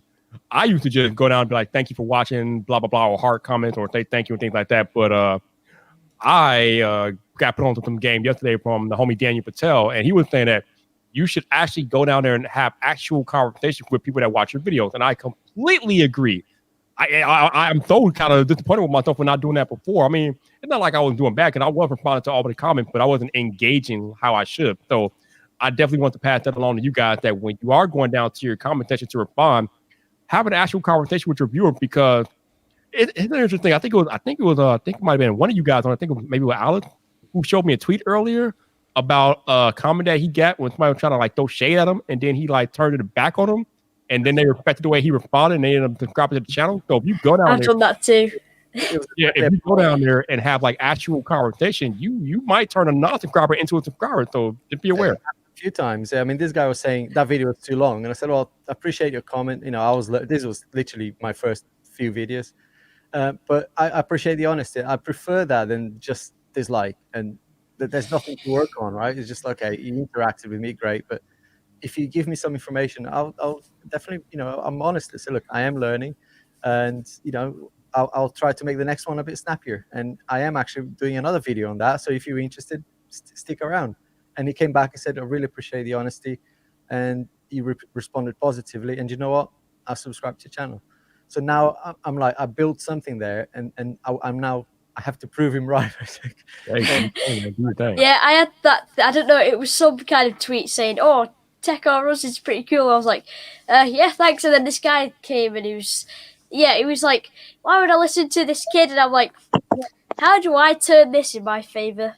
So then I kind of like molded it into, and then the guy was like, change my idea of you, fella. And then he was like, I'll give you a sub. And I'm like, yes, let's go. The thing that you guys need to be careful of is that there are different types of like criticism, right? Mm-hmm. There's the trolls and the naysayers who don't deserve any of your time. You could just delete them or ignore them. And then there are people who are going to offer genuine constructive criticism of what you're doing. You want to take that and engage with that person, and then try to use that information to become a better creator. We want constructive criticism because it helps us get better. Somebody, when I first started out 2 years ago, they sent me a DM and they said that they liked my content, but I needed to improve my audio because it sounded like I was underwater. So that's when I went out and I brought the Blue Yeti, and I didn't look back, and the rest is history. That's why I was so proud of you guys for upping your audio game, because you guys are pretty new, but you guys got top level microphones. So that's why I'm saying, yeah, but audio is important. But I could have took that mentioned that shade, But no, I went out and I brought a microphone, and the rest is history. So there is such thing as constructive criticism that we as creators need to help grow and get better. So just be aware. Yeah. Yeah, I had that myself. Like, I notice I speak very quick, like naturally, but I had a couple people, like 5 people who are from like Sri Lanka and things like that, who could like, you know, they're not native English, so it's very hard for them to understand my naturally quick pace. So I tried to slow it down a bit, and I've also done that in editing. You can leave like a little gap after you finish speaking, and it just makes the videos flow better, and you know, it makes you seem less quick. And I've not had that comment since, and yeah, it's been a lot nicer now. Just tell them to put you at 0.75 speed. Yeah. Oh, That'll work. I think I'm told to put my videos at 1.5 because I don't talk fast enough. But I think something else also that I was reminded of, like I said, I try as hard as I can to interact with people in the comment section. But it's amazing how many comments I get back. You know, I'll leave them like a paragraph, probably longer than I should. And a lot of people say, thank you so much for responding. And how they, you know, they take their time out of their day to watch other people's content, and they never get that interaction back. And it always reminds me that, you know, the person who's leaving a comment, they're not some computer simulation. You know, they're another human being on the other side of the world who's spending time watching the information that you're giving them, and are trying to feel vested in this sort of community that you're building. You know, yeah. So it just, the other person on the other side of the computer is something that's been eye-opening for me, for sure. Yeah. No, I was that person, and I've said it before, and I think I've tweeted about it as well, where I've told people the reason that I respond to every comment, even at 46,000 plus subscribers, is because I made a promise to myself. Now, at a certain point, it's going to become unmanageable, but it's a promise that I made myself because I've been watching YouTube forever, and I have been on the other end of that, where I've left, you know, positive comments and like stuff where I thought, like, I'm leaving thoughtful comments. I'm not just saying, you know, crap or whatever. And I would never get a response. And, you know, I remember the one time where somebody actually responded, I was shocked. And that meant the world to me. Not in a sense like, man, that's really sorry that, you know, comment meant the world to you, but it's not that. It's just the fact that if you watch 30 channels and you leave 30 comments, you know, and you're going through all of them, and then that one person actually gives you a thoughtful response back because they took the time to actually read your comment and to give you an answer or respond, means a lot. So that's why I made myself that promise. But I'm also very quick to delete BS in my comment section. Like, that's one of the things that it was I believe it was our Michael Fisher, Mr. Mobile, who was very big on curating and fostering a positive community in your comment section. So go through, and if you have people being toxic or people that are like other commenters attacking other commenters, things of that nature, like, I don't let that stuff fly. Like foul language, any of that sort of stuff. Like if somebody asks a question and, you know, somebody else thinks it's a dumb question, they'll come in and say something stupid. I don't let any of that stuff fly either. So I spend a lot of time in my comment section making sure that everything is right, because yeah, I'm not gonna allow that stuff to go down. I want there to be a positive conversation in my community, and the benefit of that also is being in the trenches with your people is that can lead better to you as far as like a business wise. Like if you're moving products, if you're showing products, things like that, you build a lot of trust, and it's important to not take advantage of that trust, but you build a lot of trust, and that's stuff that you can take to the bank. Like, I know now that if I say, like today, if I would have said the Galaxy Buds Pro were the greatest thing ever, I guarantee you that they would move many more units because of that. So you also have to be careful with that. But that's sort of that's the kind of community and the kind of loyalty and the kind of trust that you can foster by being a part of your community, not just being the creator, but also, like, I'm a headphone enthusiast. I'm an earbud enthusiast. So I'm in here with them. And it's funny because they'll see me in the comment section of other people's videos that do, you know, headphone types of content. They'll see me in there and they're like, hey, what are you doing here? And I'm like, I'm just like you, bro. Like, I love headphones too. Why do you think I'm here? So, but yeah, just be a part of them. Like, you know, don't be like their leader, but just be a part of the community. No doubt. Oh, I want to piggyback off that because I always harp on this. and it looks like you guys already have a good grasp of it, but I just want to reiterate. You can do the lone wolf thing on YouTube and just stay to yourself and only put out videos and don't interact with other creators, but that's I wouldn't do that. If you really want to be a part of the community, you need to be interacting with your other fellow creators, be in their comment section, be in their live stream chat. That is how you grow a community, and it will also help grow your own community because people will recognize you from their community, and then if they see you enough, they'll want to check you out, and then they'll subscribe to you because they know that you're a part of the community. I am living proof of this because long before I was a creator, I was in John Prosser's front page tech community. And even after I started making videos, I was still in the community. And a lot of those people recognized me and they ended up checking my channel out and they ended up subscribing because they liked the content I was doing. So it is very important to be present in the creator community, not just in your own little community, but expand your community and be a part of other creator communities and just be present, and it will come back to you. Yeah, that's how me and Travis met. Just as a fun fact, me and Travis met in Flossie Carter's comment section and his live streams. So we were both under 1,000 subscribers at the time. So that's where we had met and stuff. And now that's a long time friendship. Like Travis is going to be my homie for for everything that he's done for me on a personal level. Like that's, yeah, we're going to be friends for a long time. Same thing with Vite, man. We've been in it for a long time. So like, you'd be amazed, man. Like people, you'll meet a lot of good people who are into the same kind of things that you're into and are more than willing to help. So yeah, definitely be a part of the communities, man. Yeah.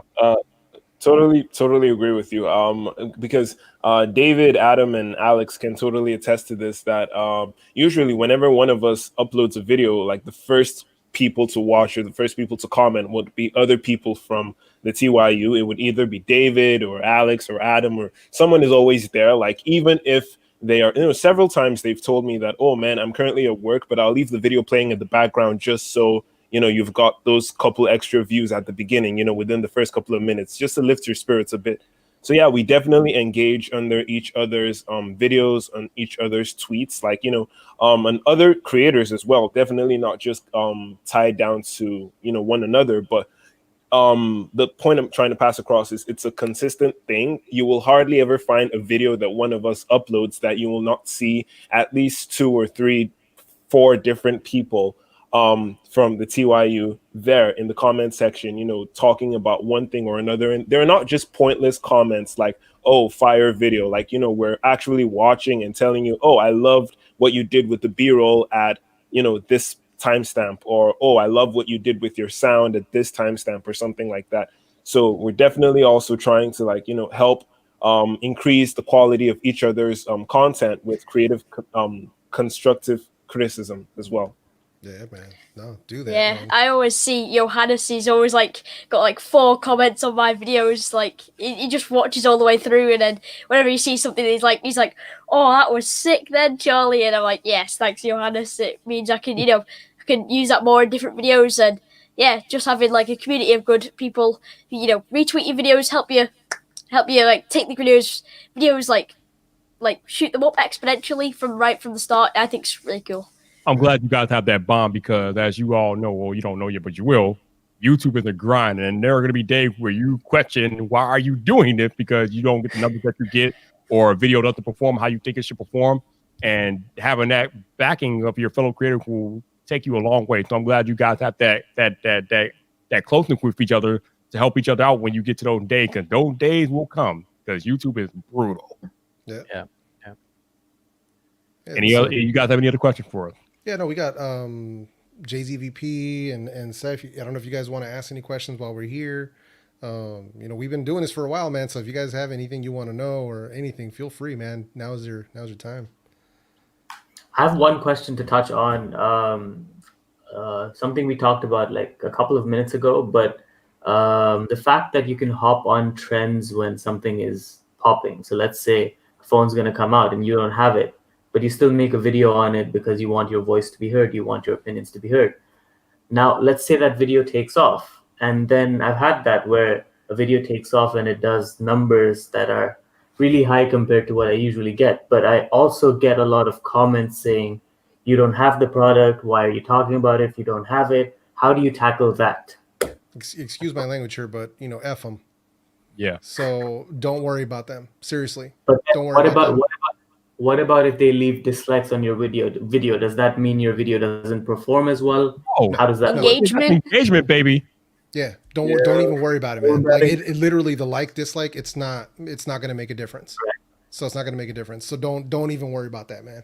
Yeah, if they're saying they don't, you don't have it, whatever, be like, listen, man, just because you don't have a product, listen, there are literally billions of views happening on YouTube right now for people who don't have the product in their hand. So nah, man, I don't care what they say about any of that stuff. It's funny though, because I had this happen to me because when the Sony WF 1000 X3 came out, I think it was last year or the year before last, I did a video when they were announced, and people actually came into the comments like, "You ain't got the product, blah blah blah blah blah." I think my thumbnail was so good that I made them think I had the product, but I didn't. And I'm just like, it was just announced, you morons. How am I have a product that was just announced?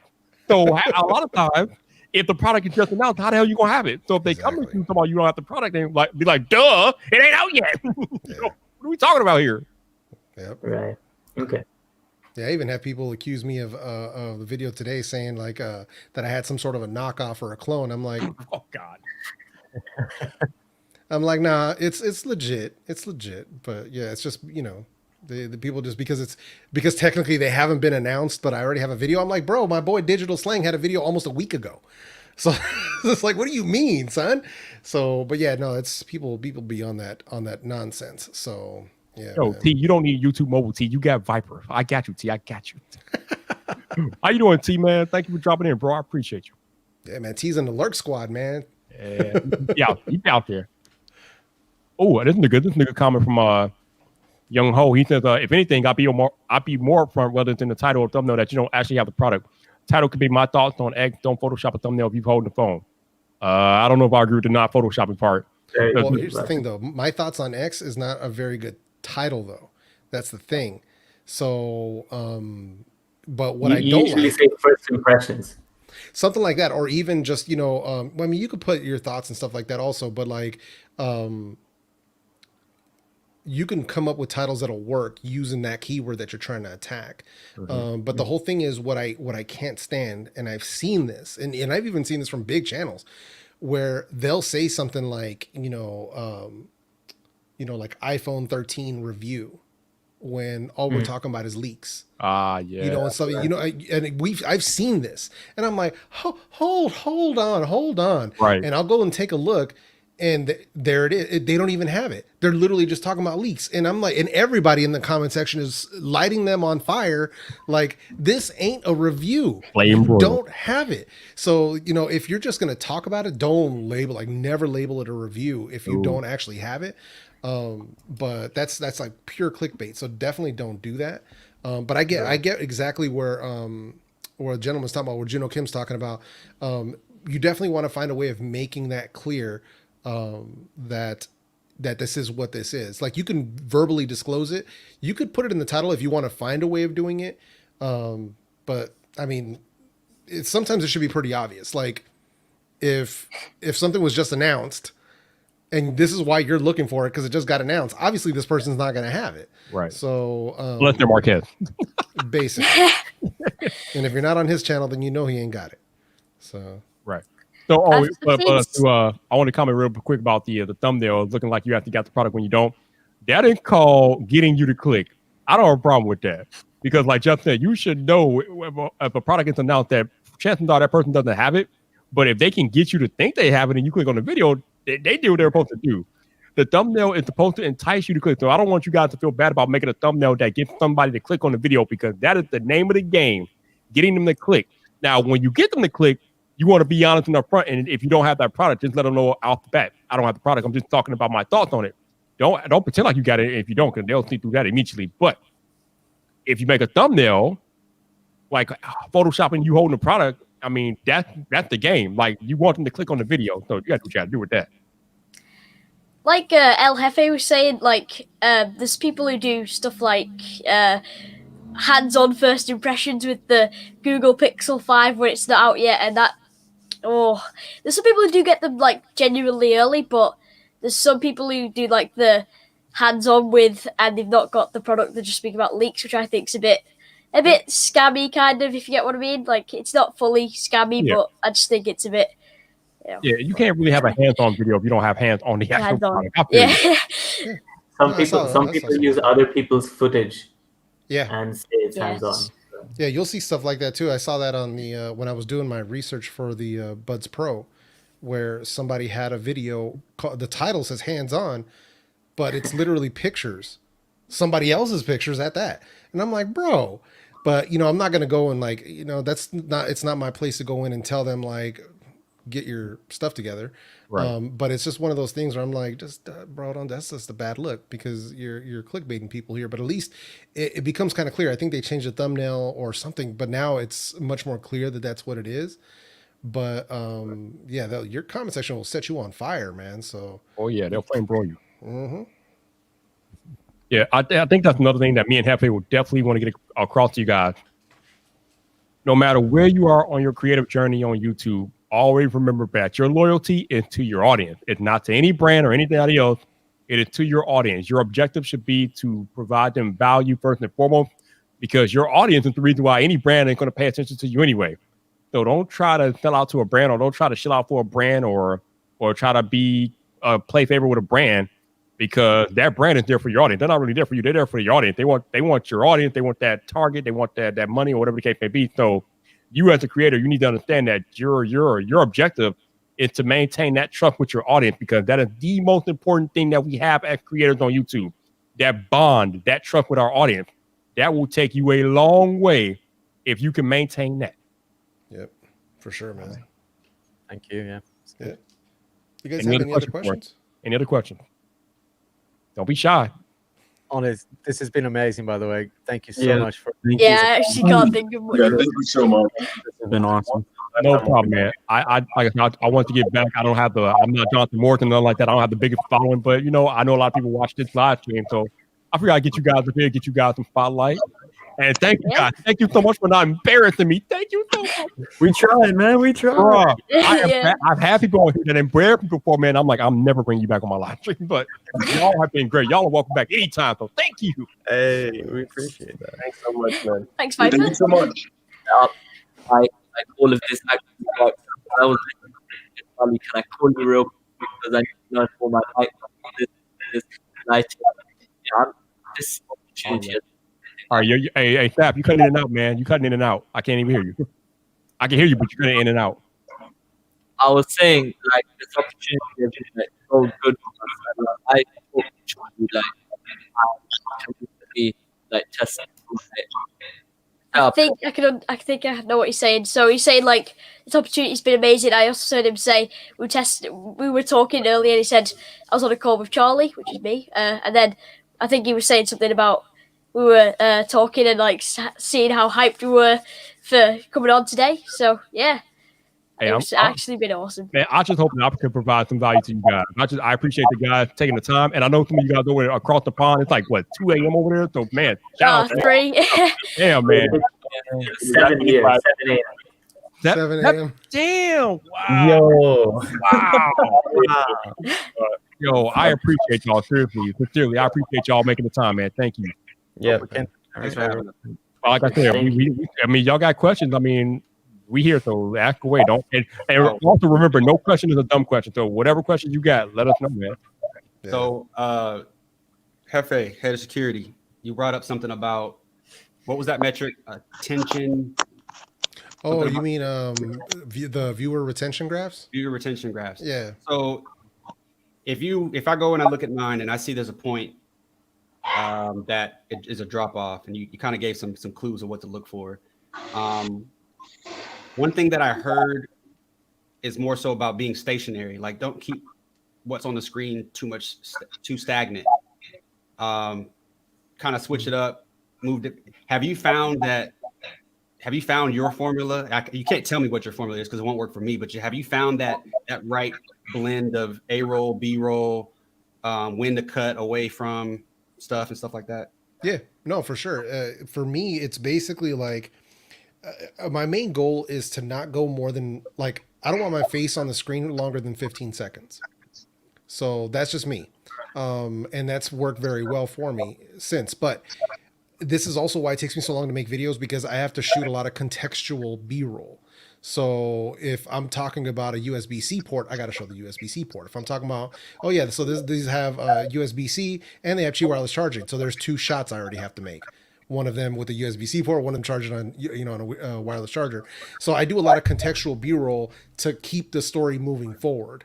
The only times where if it's a point where there isn't anything that I can show B-roll wise, sometimes I'll just show a product shot if it makes sense. Like if I'm talking about it and they say, and these do something better than something else. The moment I say these, I'll show a product shot. But aside from that, if there's no point in it, there's no point in me showing B-roll and I'm saying something important. What I will do is when I'm making a point, I may punch in or punch out, to kind of, but it's just to keep that movement happening to keep them from getting bored. So that's something that has worked pretty well for me so far. But mostly it's like, I'm not a fan of pointless B-roll. I sometimes am forced to use it, but for the most part, it's very contextual. Like it's got to illustrate a point that I'm saying, or I don't want to use it. So that's mostly what it is there to keep their attention.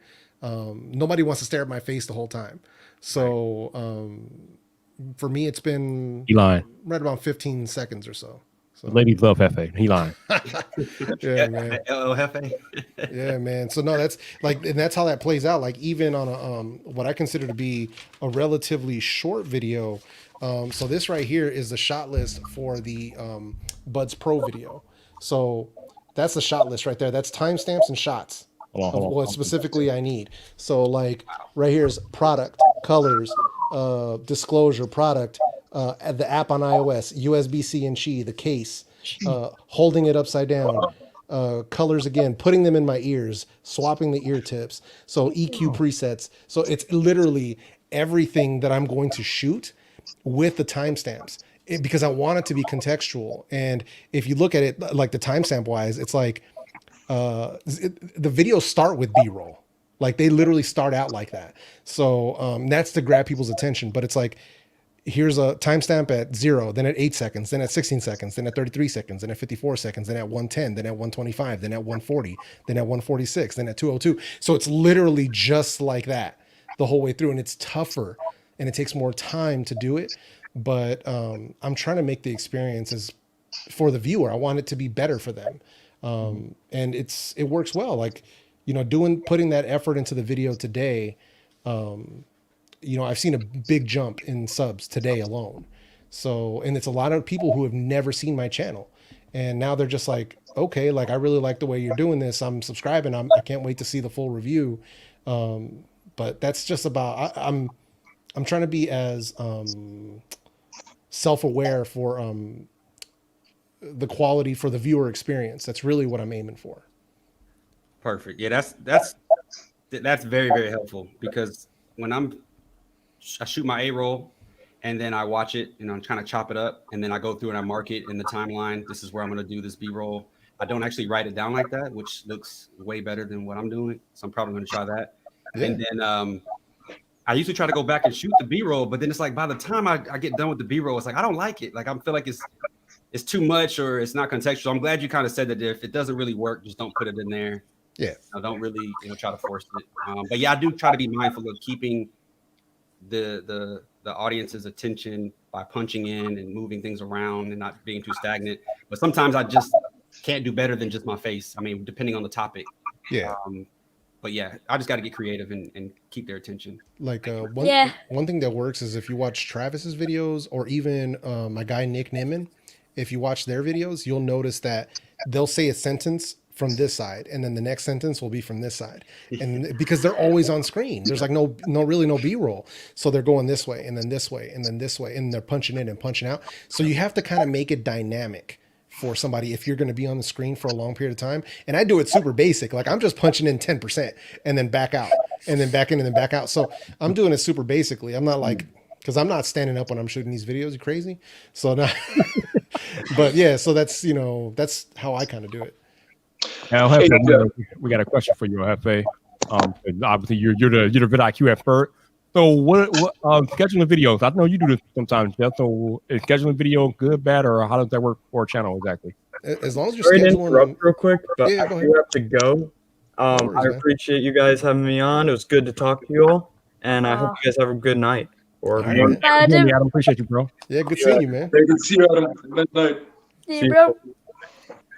Yeah, so as far as scheduling a video, so long as you schedule a video for when you have a maximum traffic on your channel. So like with vidIQ, you can't, like, we will give you like a day and time, like on this day, here's the hours that you get the most traffic on your channel. Now you can see this on your own in your own analytics. Like you don't need TubeBuddy, vidIQ, or any of that to see that. You can see this yourself. Right. But one thing that can help is if you do have the vidIQ extension installed on your browser, you can see what your views per hour are right now. And you can start noticing sometimes during the day, it'll be higher. On certain days, it'll be higher at certain times. So for me, the highest traffic on my channel is Friday morning, Saturday morning, Sunday morning, and Monday morning. So that's why usually you'll see me drop a video like I did this morning, 6 in the morning, and that's sort of what you want to do. So if you're going to schedule a video, there's no issue with scheduling at all, but just make sure you're scheduling it at a time when you have traffic on your channel. Like don't upload a video when it's like 1 o'clock in the morning on the East Coast and most of your viewers are based in the United States. Like don't do that. Everybody's asleep. What are you doing? Give your video the best chance possible to get the maximum amount of views. Right. FA dropping that fire. All right, you all. I need to actually go put out a video for tomorrow. So we're gonna stick around another like maybe 15 minutes or so to answer some questions, and then I'm about to put the kibosh on this. So yeah, no worries. You guys got any questions? Let us know, baby. Let us know. Well, one for RJ in the comment section. He said, or Jeff, he said, I noticed my audience retention drop off is in spots where I place ads. Oh, there you go. Is there any way to get past it, or is it what it is? Yeah, that really is going to be what it is. So, because sadly, a lot of people don't see the value in YouTube Premium. I've been paying for it for years. Now my channel pays for it, but it's one of those things where I don't even see ads. I'm like, people see ads? What? So, but it's one of those things where it's like, yeah, there's really no way around it. The only thing you can do is you can minimize it. It will cut into what you earn from AdSense. So this is one of the reasons why I will rarely run mid-roll ads on a video that I just put out. Even though that's when the bulk of my views will happen, I will rarely put mid-roll ads at that time. Just to be clear, YouTube ad revenue is my smallest income source for my channel. So if I reduce it, by whatever it's going to be, if it's $100 that I lose on mid-rolls, okay, whatevs. If it improves the viewer experience, I'm all for it. I'll still do the pre-roll ad or whatever. But if it's really hurting it, or if you're seeing like massive drops, you might want to rethink that, man. You might want to rethink those mid rolls and just be kind of careful with that. Also, El Jefe, you're saying about optimizing it for like the location and things like that. I noticed a lot of my views were in the US and also in India. So what I did was, I think Indians are about 7 hours ahead, and the US is about 7 hours behind. So I kind of do it at like 2 a.m. my time, so it's like quite decently late, so like 9 p.m. In India, and then it's like morning time in the US, so I can get like a kind of decent grasp on both audiences put together. So I think. Yeah, I usually won't split it that way myself. Like I know if I do a video on OnePlus stuff, that 90% of that traffic is going to come from India, which I'm totally okay with. But being that now I know that, I will upload so that it hits them at 6 o'clock in the morning. So whatever time that is here, it's going to hit India at 6 a.m. So it can sit all day long in India getting all them views, even though I'm not going to get paid squat because CPM rates from India are just, it's terrible. But it doesn't matter because what I'm trying to do is expand my Jefe fam in India. So that's what I'm going to do. And, shout out to all my Jefe fam in India because they come through deep on my videos. So it's all good. But that's what I'll do. Like if I know something is big somewhere else, like there was a time where I was getting a ton of traffic back when I was doing Bludio videos, or a ton of that traffic was coming from Brazil. So thankfully we're very close in time zones, but I was very cognizant to like upload when it would hit them at 6 in the morning. And then also I would have my Google Translate ready because I would get a ton of comments in Portuguese.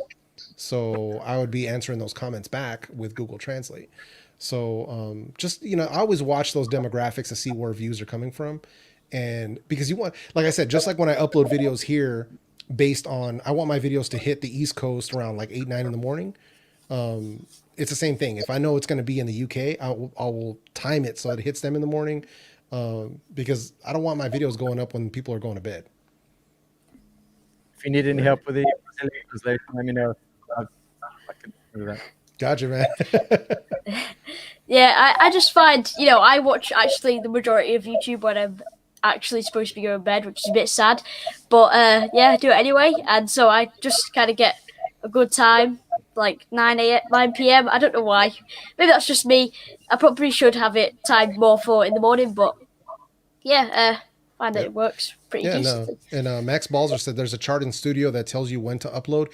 Not everybody has that, but there is a chart there that will tell you best times to upload. Basically, I don't think they word it that way, but they say what, you know, when there's traffic on your channel. Yeah, So it'll like have a little graph, and it'll have like different colors. Yeah, the color would indicate when the most amount of traffic is on your channel. So yeah, I need to check that out. Yeah, you wanna definitely hit that. Like I said, it's just about giving yourself the best chance to succeed. Yep. So, you know, I'm not gonna show up to a job interview dressed like a bum. I'm gonna show up in a nice spiffy suit in the shade. So, and that's right. In the you gotta make sure you're looking correctly. Right. But you know what I'm saying. I got a question about the consistency and of course, I guess for my channel it wouldn't matter so much. I mean, if I've got stuff to release, I'll just release it because, you know, I haven't got that many that big of a channel yet. But do you guys, when you get to that level of you've got thousands of subscribers, do you watch out how often you release a video? So if you've got 2 videos ready to go, would you ever release them on the same day, for example, or do you kind of space them out? So I have noted when I have had a couple of day or a couple of times where I released 2 videos at the same time or in the same day. Not a good idea.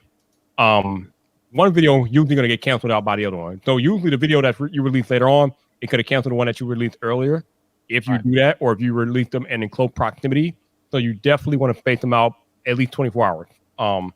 I would recommend only uploading once a day if you're going to do that, because again, if you upload 2 videos a day, one ain't gonna cancel out the other one, because for whatever reason, YouTube doesn't really like promote multiple videos at a time. They really like just pick one video on your channel, and then if they're going to push that one, that's the one they push. So uploading multiple videos in a day not going to do much for you. Yeah, there's actually a maximum to that too, because they'll YouTube won't do more than 3 notifications in a 24-hour period. Yeah, in a 24-hour period. So, but normally I want to space it out. Like ideally, I want 48 hours between a video. Ideally, but like I'm up against 2 embargo dates. One's Monday, one's Tuesday. So that's 24 hours, which I'm like, but it is what it is. I got to do what I got to do. It's business. But I normally don't like to do that. I want bare minimum 48 hours between a video. So if I upload a video 6 a.m. on Friday, I normally will not, like, that window is not open again until Sunday or Monday for me personally, because I want that video to breathe. The first 24 hours are crucial for a video's performance. So like I'll never like try to upload a second video on the same day. Nah. Oh, thank you. Yep. No doubt. Any other questions, you guys?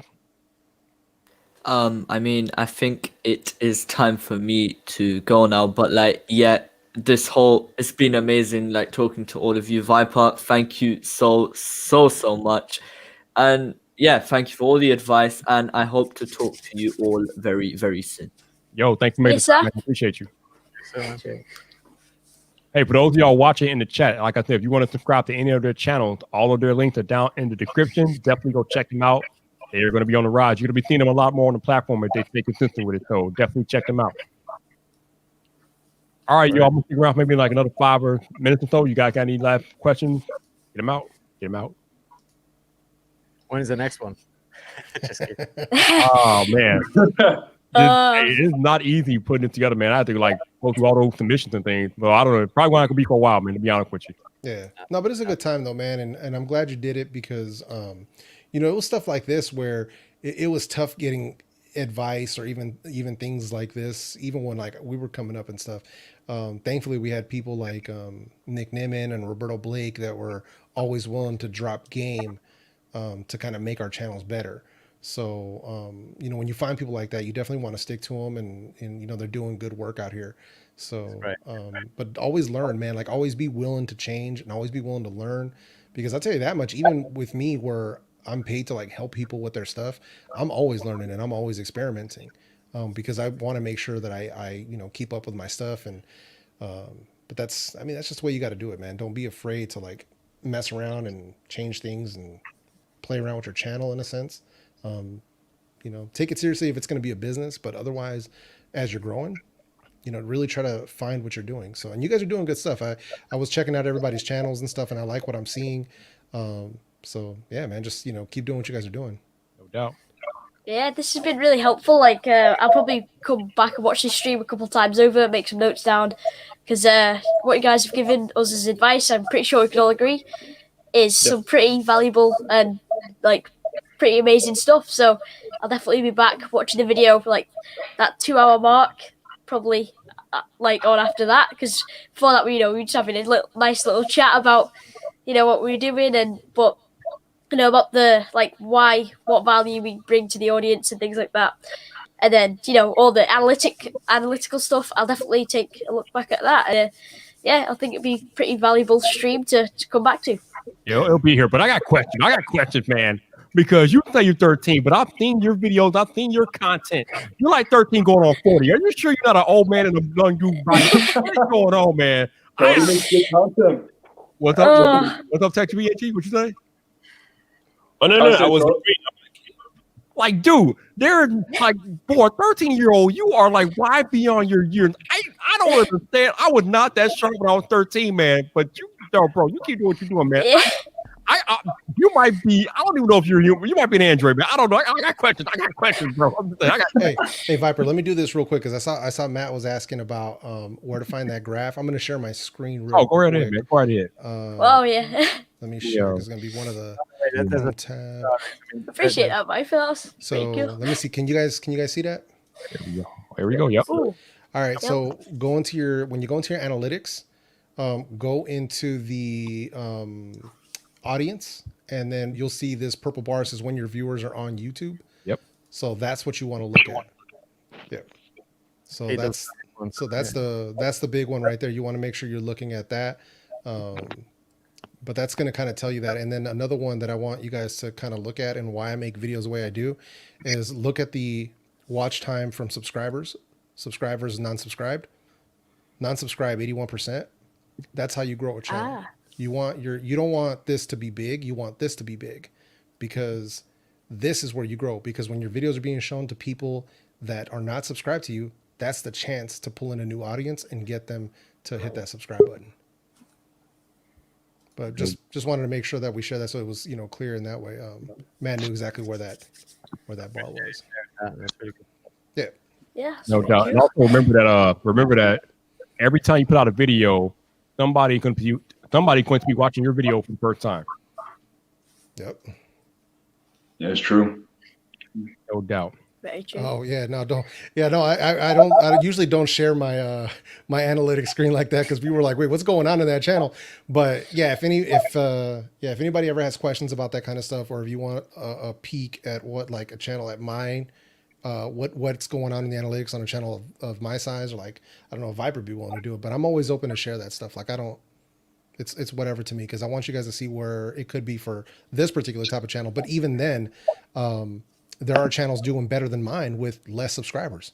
So, that's one of the things where I always want to make sure that before we kind of close it, you're always going to see people are always going to pass you up. Yep. So be aware of that. People are always going to pass you up, but never let that discourage you, because we're all running our own journey. So trust me, what was it? 6 months ago, I met a cat doing videos just like mine, had 10,000 subscribers. Dude just hit 50, and I'm at 46. Wow. So he was gaining something like 5,000-6,000 subs when it took me to gain 1,000, doing the same type of content. So that's one of those things where you can't get discouraged, because it's like, it's going to happen, and it's going to happen over and over and over. So Whether it's you're at 500 and somebody hits 6 before you, whether you're at 1,000, somebody hits 5 before you, don't even worry about it. Just keep running what you're doing. Just stay grinding. Yeah, there are weird things with YouTube because for the last year, my entire main channel has been in restricted mode on YouTube, which means people who have restricted mode turned on, if they search Viper, it will not come up. And I was playing that for a year. It was only this week where my channel finally got taken out of restricted mode. So now it's actually if you have restricted mode on, and now my videos don't get buried by the algorithm. So things might, I mean, not saying that's going to happen to you, but there are going to be things that are out of your control on YouTube, and you just got to keep fighting. That's why we always tell you, whatever content that you decide to make sure you enjoy making that content, because there are going to be times where you're not getting the traction, you're not getting the views that you think you are supposed to get, but you got to keep up and keep grinding because your time is going to come. Hard work pays off. I'm a firm believer in that. Hard work pays off, and if you keep grinding, hard work will pay off for you guys. Yeah. Shelly! Hey, Shelly, how you doing? Shelly, saving the day. Y'all look at it, bring Shelly in here. I know, man. Put her in a wrap. But on that note, I am going to wrap this up. I want to thank all of you gentlemen for joining me for my new Tech Creator Summit. Hopefully this stream brought some value to you guys. Again, if you are watching this, their links are in the live stream description. They're down there, so go check out their channels. They are legit. They upload consistently and regularly, so it's not like they're going to disappear. At least I hope not. But yeah, down there, check them out. I want to thank all of you all for joining me, and also to my man, my head of security, El Jefe Review, for coming up here dropping fire. So El Jefe, I appreciate you, bro. Thank you, man. Appreciate this all. It's amazing. Thank you both so much, and thank you for this opportunity, Viper. Sincerely, thank you. And also, man, and giving us this platform. Thank you. And don't be afraid to reach out. Like me and Viper on Twitter. If you guys got questions, anything I said that might have been confusing, anything like that, hit my DM. Just let me know. And if I don't respond to you, like if it goes into my message request and I don't respond, just at me. And that way I'll know, oh crap, let me go take a look. Cause I get caught up with all kinds of stuff during the day. So I'm like I got to whip out 2 videos in 36 or in 72 hours. So it's going to be a rough weekend, but you know, if you guys got anything, just hit me up, man. No doubt. And like Hefty said, if you are trying to reach out to other creators and they don't answer you immediately, don't get discouraged because we are all busy. I'm trying to put out 3 videos a week. El Jefe's putting out his videos a week, so we're busy. So don't get discouraged. Just try again, but don't be spammy and stalkerish about it either, because that's not a good look. Just be patient and let it happen. All right, so for the next time I'll be live, it's going to be very quickly. I'm going to be live tomorrow afternoon at 4:00 p.m. Eastern Standard Time for my podcast. Vibe Driving coming back in 2021, and we are coming back with a bang. Tomorrow afternoon at 4 p.m. Eastern Time, I will have one of the biggest tech creators on the platform joining me. I got the James Bond of tech coming. Super Saif is coming to Vibe Drive on Saturday afternoon, baby. So make sure you guys come back if you want to see a one-on-one chat with me and Super Saif. Then on Sunday, we're doing it again. On Sunday night, we're having another episode of Vibe Drive. We are bringing one of the most smooth cats in the tech space to the podcast. Aaron from Zolo Tech is going to be on Vibe Drive on Sunday. So if you guys want to come watch that on Sunday night, I think that starts at 8 p.m. Eastern on Sunday. So your boy Viber's going to be busy this weekend. On top of the video, I get out tomorrow. So, whoa! What is that? What? 9 to 5 Mac is in my chat? Are you serious right now? Whoa, fam. Wait, what is happening here? Bro. I have never seen 9 to 5 Mac in my chat before. That is pretty cool. I don't know who you are, but what's up? How you doing? That's what's up. I appreciate that. But yeah, I got Super Tap tomorrow, Zolo Tech on Sunday. So make sure you guys come back. When this stream ends, I will schedule the Super Tap stream. So you guys can set the reminders once I schedule that. Give me like 10 minutes after this is over, and I'll be scheduled. But yeah, we are good to go. Once again, thank you all for joining me. Thank you to El Jefe. Thank you guys for watching. I will be back tomorrow afternoon. But until the next time, people, this your boy Viper, the man about tech. You know where to find me. So come back.